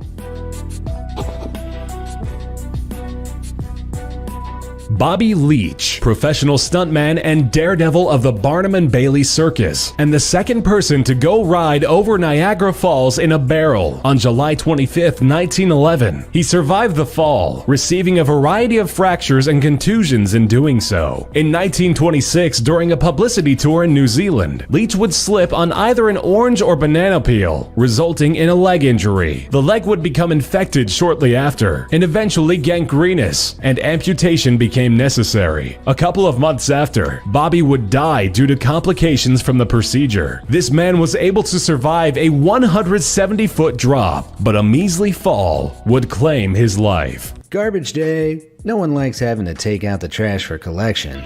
Garbage day! But we don't usually expect to find ourselves carried off alongside our garbage. But for Diego Mata, a combination of heavy drinking and dumpster diving led to exactly that one fateful evening in March 2019.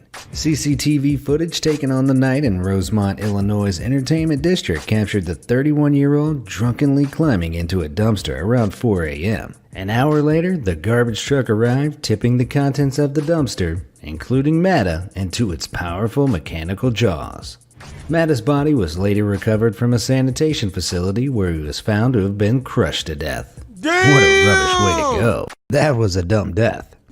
Water hazard. It seems like common sense that if you don't know how to swim, you should probably learn before doing ocean water sports. Unfortunately, this didn't occur to Jerry Device in July 2019. When he took to the sea in the jet ski he'd purchased mere hours earlier. Despite his desire to have a wild time in the water, Device never learned to swim, so when he lost control and flipped his new toy, he was thrown into serious peril. Within moments, the sea had overwhelmed him and he drowned. When you're in Poseidon's house, it pays to be respectful, because he can be one remorseless son of a titan. That's Deadly hydration. Tina Christofferson was an extremely intelligent woman with a reported IQ of 189. Unfortunately, irrational fear affects even the smartest minds, and a specific fear of stomach cancer was responsible for Tina's demise. She'd seen her mother suffer an agonizing death from the disease, which drove her to obsess over avoiding that fate for herself. She became convinced that she could avoid stomach cancer by intermittently fasting for extended periods, in which she would only consume water. During these fasts, she would drink as much as 4 gallons of water a day. The extended strain of this practice pushed her kidneys into failure, causing water to migrate to her lungs. Despite being on solid ground, the water in Tina's lungs caused her to drown. Oh my God! Her neurotic desperation to avoid death had, in fact, killed her. So remember, kids, stay hydrated, but not too hydrated, okay? Black Death dining.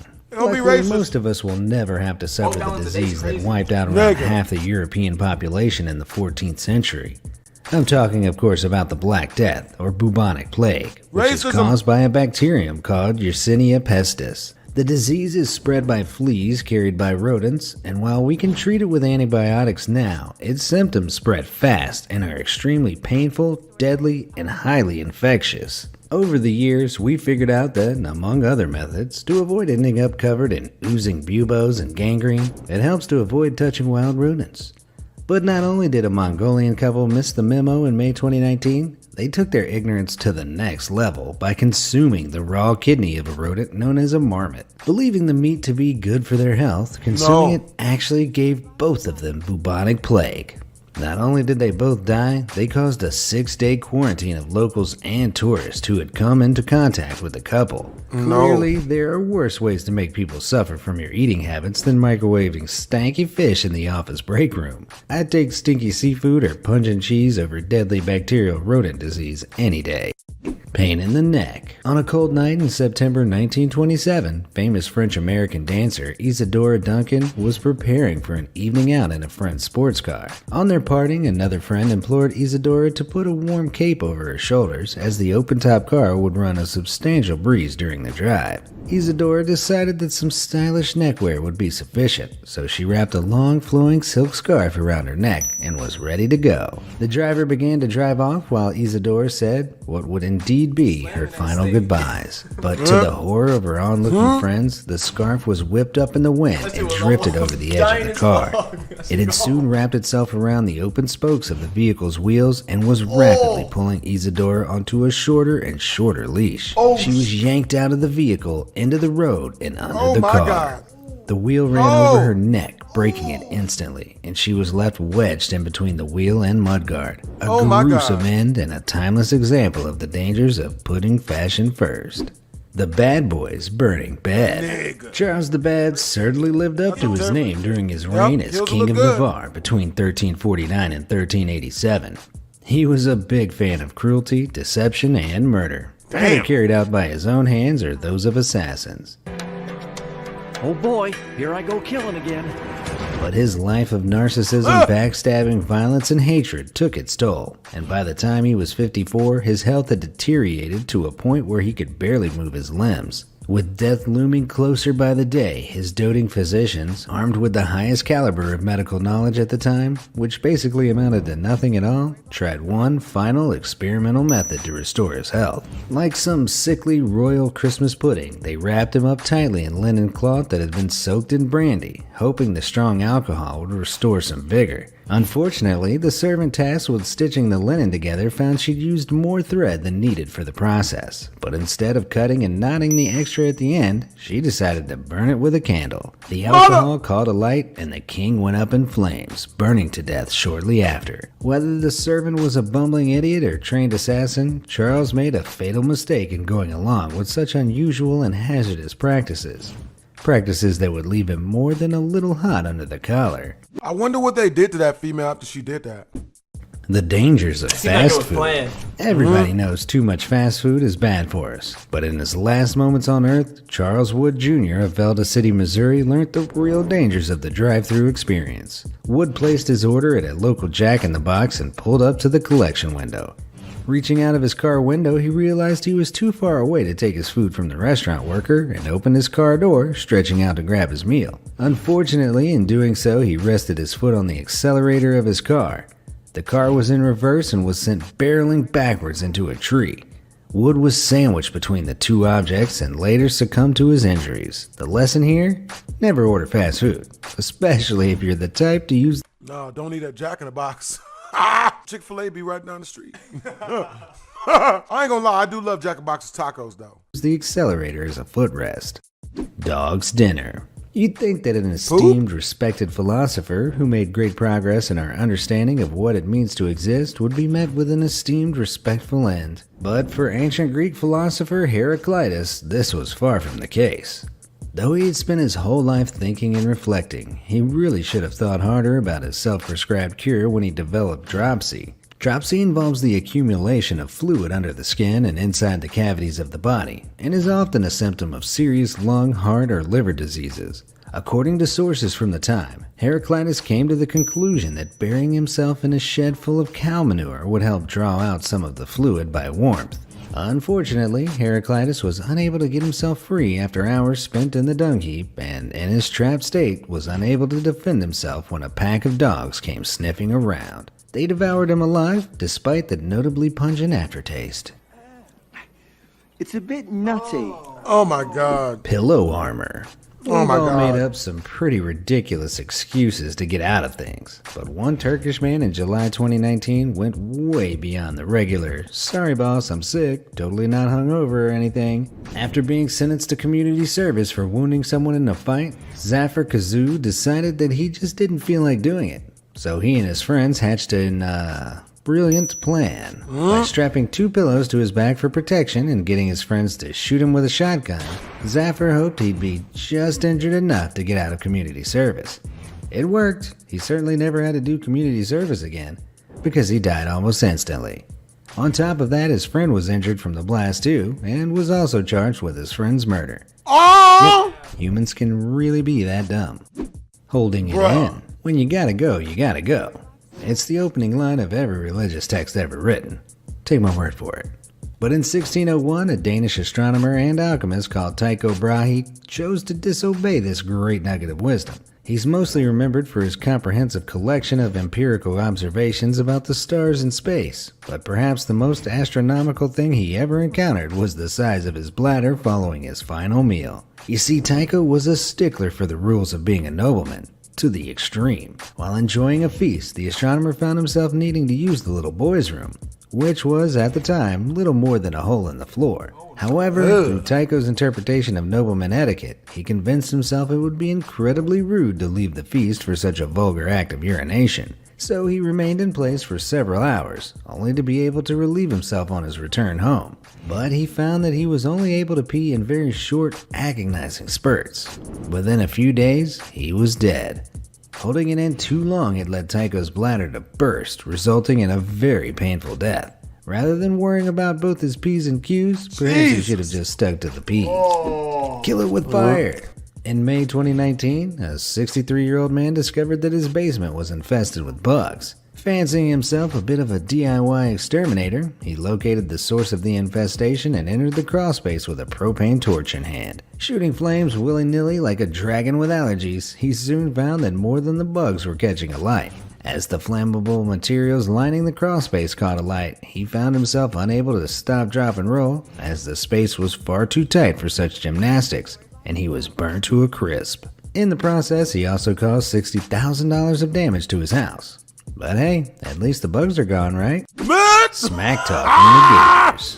While it's true that some people can't help being stupid, other people are willingly stupid with an infuriating dash of arrogance thrown in. After a 10-foot alligator had been spotted in a Texas marina, staff put up a warning sign. This was not enough to scare off one local man on a night in July 2015, and neither were the repeated verbal warnings issued by a marina employee. The employee looked on in horror as the man responded with, "F the alligators," and jumped straight into the marina. Almost immediately, he screamed out for help, but it was too late. Within minutes, the man was floating, motionless, face down. So you gonna yell out, "Fuck the alligators," and then jump in, and then expect to scream out for help like I'm supposed to jump in with you? The fuck? Well, that's one of them situations where I grab the nearest mop, start whistling and acting like I'm mopping some shit until he's dead. Oh. I didn't see that happen. Someone save him. No. Please stop. Help him. Down on the surface, dead. Clearly, alligators take profanity very seriously. What's your profanity? How to hypnotize an elephant. If you're an animal hypnotist in training, test your skills on your cat, or a neighbor's dog, or even a zoo animal safely behind protective glass. Don't try to hypnotize a wild elephant. It seems unbelievable, but in January 2019, a Sri Lankan man did exactly that. The man was traveling with his family when he spotted the huge animal grazing in a field.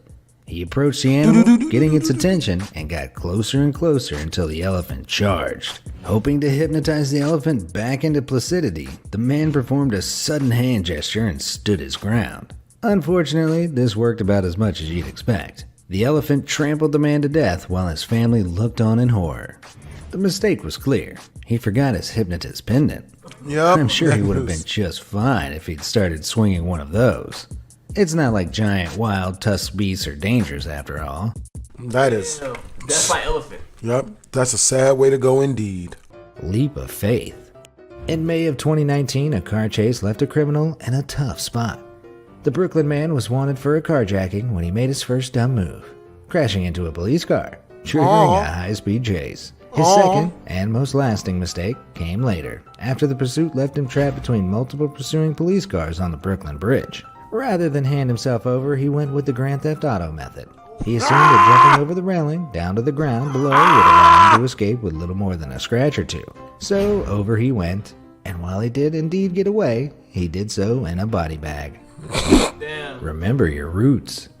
There are many embarrassing ways to die, but falling victim to the wrath of a root vegetable has to be near the top. That's bad. When out on a hunting trip in 1881, British politician Sir William Payne Galloway entered the annals of ridiculous history when he slipped and fell onto a turnip. The turnip, renowned by his fellow turnips as a violent brute, caused severe internal injuries to the politician, and he died that day, age 74. Turns out vegetables aren't so good for you after all. World's longest breath holder. I could think of better ways to spend a Saturday night than a breath holding contest, but apparently boredom was at an all-time high for a New Jersey man in August 2018. Rather than holding the competition between friends on the safety of dry land, the man decided to hold his breath underwater on Lake St. Clair in Georgia. 7 minutes passed before anyone noticed anything was wrong. And this time, the undisputed winner of the contest had fallen unconscious and drowned, proving that real winners never give up. Cigarette burns. Hospitals are usually safe places for treatment and recovery, but a questionable decision made by an elderly lady in Haltern am See, Germany, brought a quick end to her own treatment plan in 2018. The lady, who was wheelchair-bound from sickness, wheeled herself outside for a nice, relaxing smoke. She seemed to forget that she was wearing an oxygen ventilator, which ignited when she lit her cigarette, setting fire to the plastic upholstery of her wheelchair. She was engulfed in deadly flames and scorching plastic and died soon after. Everyone knows smoking's bad for your health, but usually its effects aren't so explosive. Not the bees! Picture this relaxing scene. You're lying down on a comfy massage table, enjoying some nice therapeutic music, when someone forcibly stings you with multiple bees. Surprisingly, this is something people willingly go through on a regular basis, supposedly to relieve stress and muscle tension, and is a form of alternative medicine known as live bee acupuncture. All the bees that are used die in the process, but in 2018, they finally got their own revenge. You see, every time a person is stung by a bee, their chances of suffering an allergic reaction increase. But for one woman who was unaware of this fact, her reaction came as a total surprise after having the treatment so many times. The woman immediately lost consciousness following one of the stings, and soon died of a severe allergic reaction. Don't mess with bees. Nick Cage knows this, and so should you. Escalator to heaven. You've heard of the Stairway to Heaven, but what about the fast track version? The only catch is, you never actually get to the top. This is the fate that met the guitar player from a heavy metal band whose name is so obscene YouTube would implode if I were to say it. A musical career dedicated to causing as much controversy as possible culminated in a rather unclimactic end, when he attempted to ride his way along the rail of an escalator. He lost his balance, plummeted over the edge, and died on impact. His head struck a food court table, presumably turning some unfortunate kid's Happy Meal into a horror meal. Taking selfies to new heights. Nigga. Some people go to great lengths for that perfect selfie, but apparently, these great lengths should never exceed 99 feet. The world learned this fact in 2018 when a British woman and her Australian boyfriend were found dead on a beach in Portugal. Piecing the evidence together, police concluded that the couple had been sat atop a 100-foot wall overlooking the beach when they dropped the phone they'd been snapping vacation pics on. They both reached to grab the phone, which had landed on a ledge just below them. Unfortunately, they both lost their balance and plunged the full distance to the ground below. As if to symbolize technology's inevitable takeover of the human race, the phone the couple gave their lives trying to save remained on the wall, unscathed. Trouble in the tub. We're taught from a young age that water and electricity don't mix, but for some people, this never quite sinks in. For some, the comfort of having an electronic device on hand at all times overrides the need to, remain alive. A Londoner learned the error of this mindset in 2017 when he tried charging his phone while in the bath. As he relaxed in the tub, he balanced an extension cord on his chest, keeping it out of the water. What happened next is unclear, but the situation isn't too hard to fathom. Whether he slipped or whether he absentmindedly dunked his phone in the water, he was killed by the ensuing shock. Damn. Fussy eater. Everybody loves the hearty goodness of a home-cooked meal, assuming at least one person in the house can cook. But renowned mathematician Kurt Gödel took his love of his wife's home cooking to ridiculous levels. Despite, or perhaps because of, his brilliance as a mathematician, Gödel was an extremely paranoid man. His paranoia grew to the point where in his later years he refused to eat anything that hadn't first been tasted or prepared by his wife. Believing himself to be at the center of a poisoning plot, when his wife was hospitalized for 6 weeks in 1977 and hence was unable to cook for her husband, Gödel stopped eating. By the end of January 1978, he had died of malnutrition, weighing only 65 pounds when he died. In the end, through his desperation to avoid being murdered, he was the one responsible for his own death. Cook your own food. This nigga ain't never heard of ramen noodles? That's what I'm saying. Sheesh. What the fuck? It really goes to show, if you want something done right, do it yourself. Oh. Hungry for more? While some dumb deaths are caused by no eating at all, occasionally someone will kick the bucket because of the total opposite. In this case, the bucket was filled to the brim with sticky, delicious sweet rolls. Adolf Fredrik, king of Sweden from 1751 to 1771, wasn't a particularly good king. He was regarded as lacking the aptitude, fortitude, and integrity necessary for successful kingship. But what he lacked as a king, he made up for with his appetite. He was a lover of food with a sweet tooth, and it could never be said that his eyes were bigger than his belly. But while the amount of food he consumed on his last meal in February 1771 did exceed the limitations of his large belly, he finished it nonetheless. After a heaping feast of seafood, sauerkraut, and champagne, he moved on to dessert. This consisted of no less than 14 Swedish sweet rolls, all dipped in hot milk flavored with cinnamon and raisins. While he was reportedly stockpiling for the Christian tradition of Lent, he clearly overshot his mark as his digestive system completely shut down and he died. Just goes to show, death by cake isn't as sweet as it sounds. A cut above the vest. Nobody wants to be conned when making a purchase. Indeed, being sold a stab-proof vest that offers the protection of a wet noodle is hardly an ideal scenario. But it should go without saying that testing the stabability of such vests should be done with at least one qualifying factor: taking the vest off first. Unfortunately, that first rule of Stab Club whistled in one ear, through the empty skull cavity, and out the other ear of one Englishman in 2018. Mistakenly believing his jacket was stab-proof, the man took a knife and plunged it into his jacket while at the kitchen table. It turned out the jacket wasn't stab-proof, and funnily enough, neither was he. Before I get to the dumbest death magnets of the bunch, let's take a look at some contenders who somehow managed to avoid qualifying for a Darwin Award by surviving their stupidity. This electrician clearly trained with the best, because after all, there's no better insulator than a nice cool puddle of muddy water. Another top-of-the-class graduate of the Elite Electricians Academy is this fellow, who's also in on the secret that water and electricity are actually a great mix. But the rubber industry doesn't want you to know that. For any Darwin Award nominees watching, that was a joke. Anyway, this next close contender seems to be pulling a prank with a fuel-depleted chainsaw heading alarmingly close to his nether region. But the risk-to-reward ratio of this particular prank earns this guy a firm position in the At-Risk Darwin Award Survivors Club. That's just no place for a chainsaw, joke or not. The final at-risk survivor is this fellow who let rage overcome any shred of rational thought. While his friend drives, he takes the noble position of car puncher, hanging out of the car window and attacking the hard walls of another vehicle with his bare hands. Like the genius he so clearly is. As his car swerves, he accidentally opens his door and tumbles gracefully onto the highway. Hey, at least he stuck the landing. Though if this is his reaction to a bit of road rage, I feel like his Darwin Award isn't too far away over the horizon. A bridge too far. Video games, movies, and TV shows have led us all to believe that clearing a rising drawbridge in a car is a viable feat. It isn't.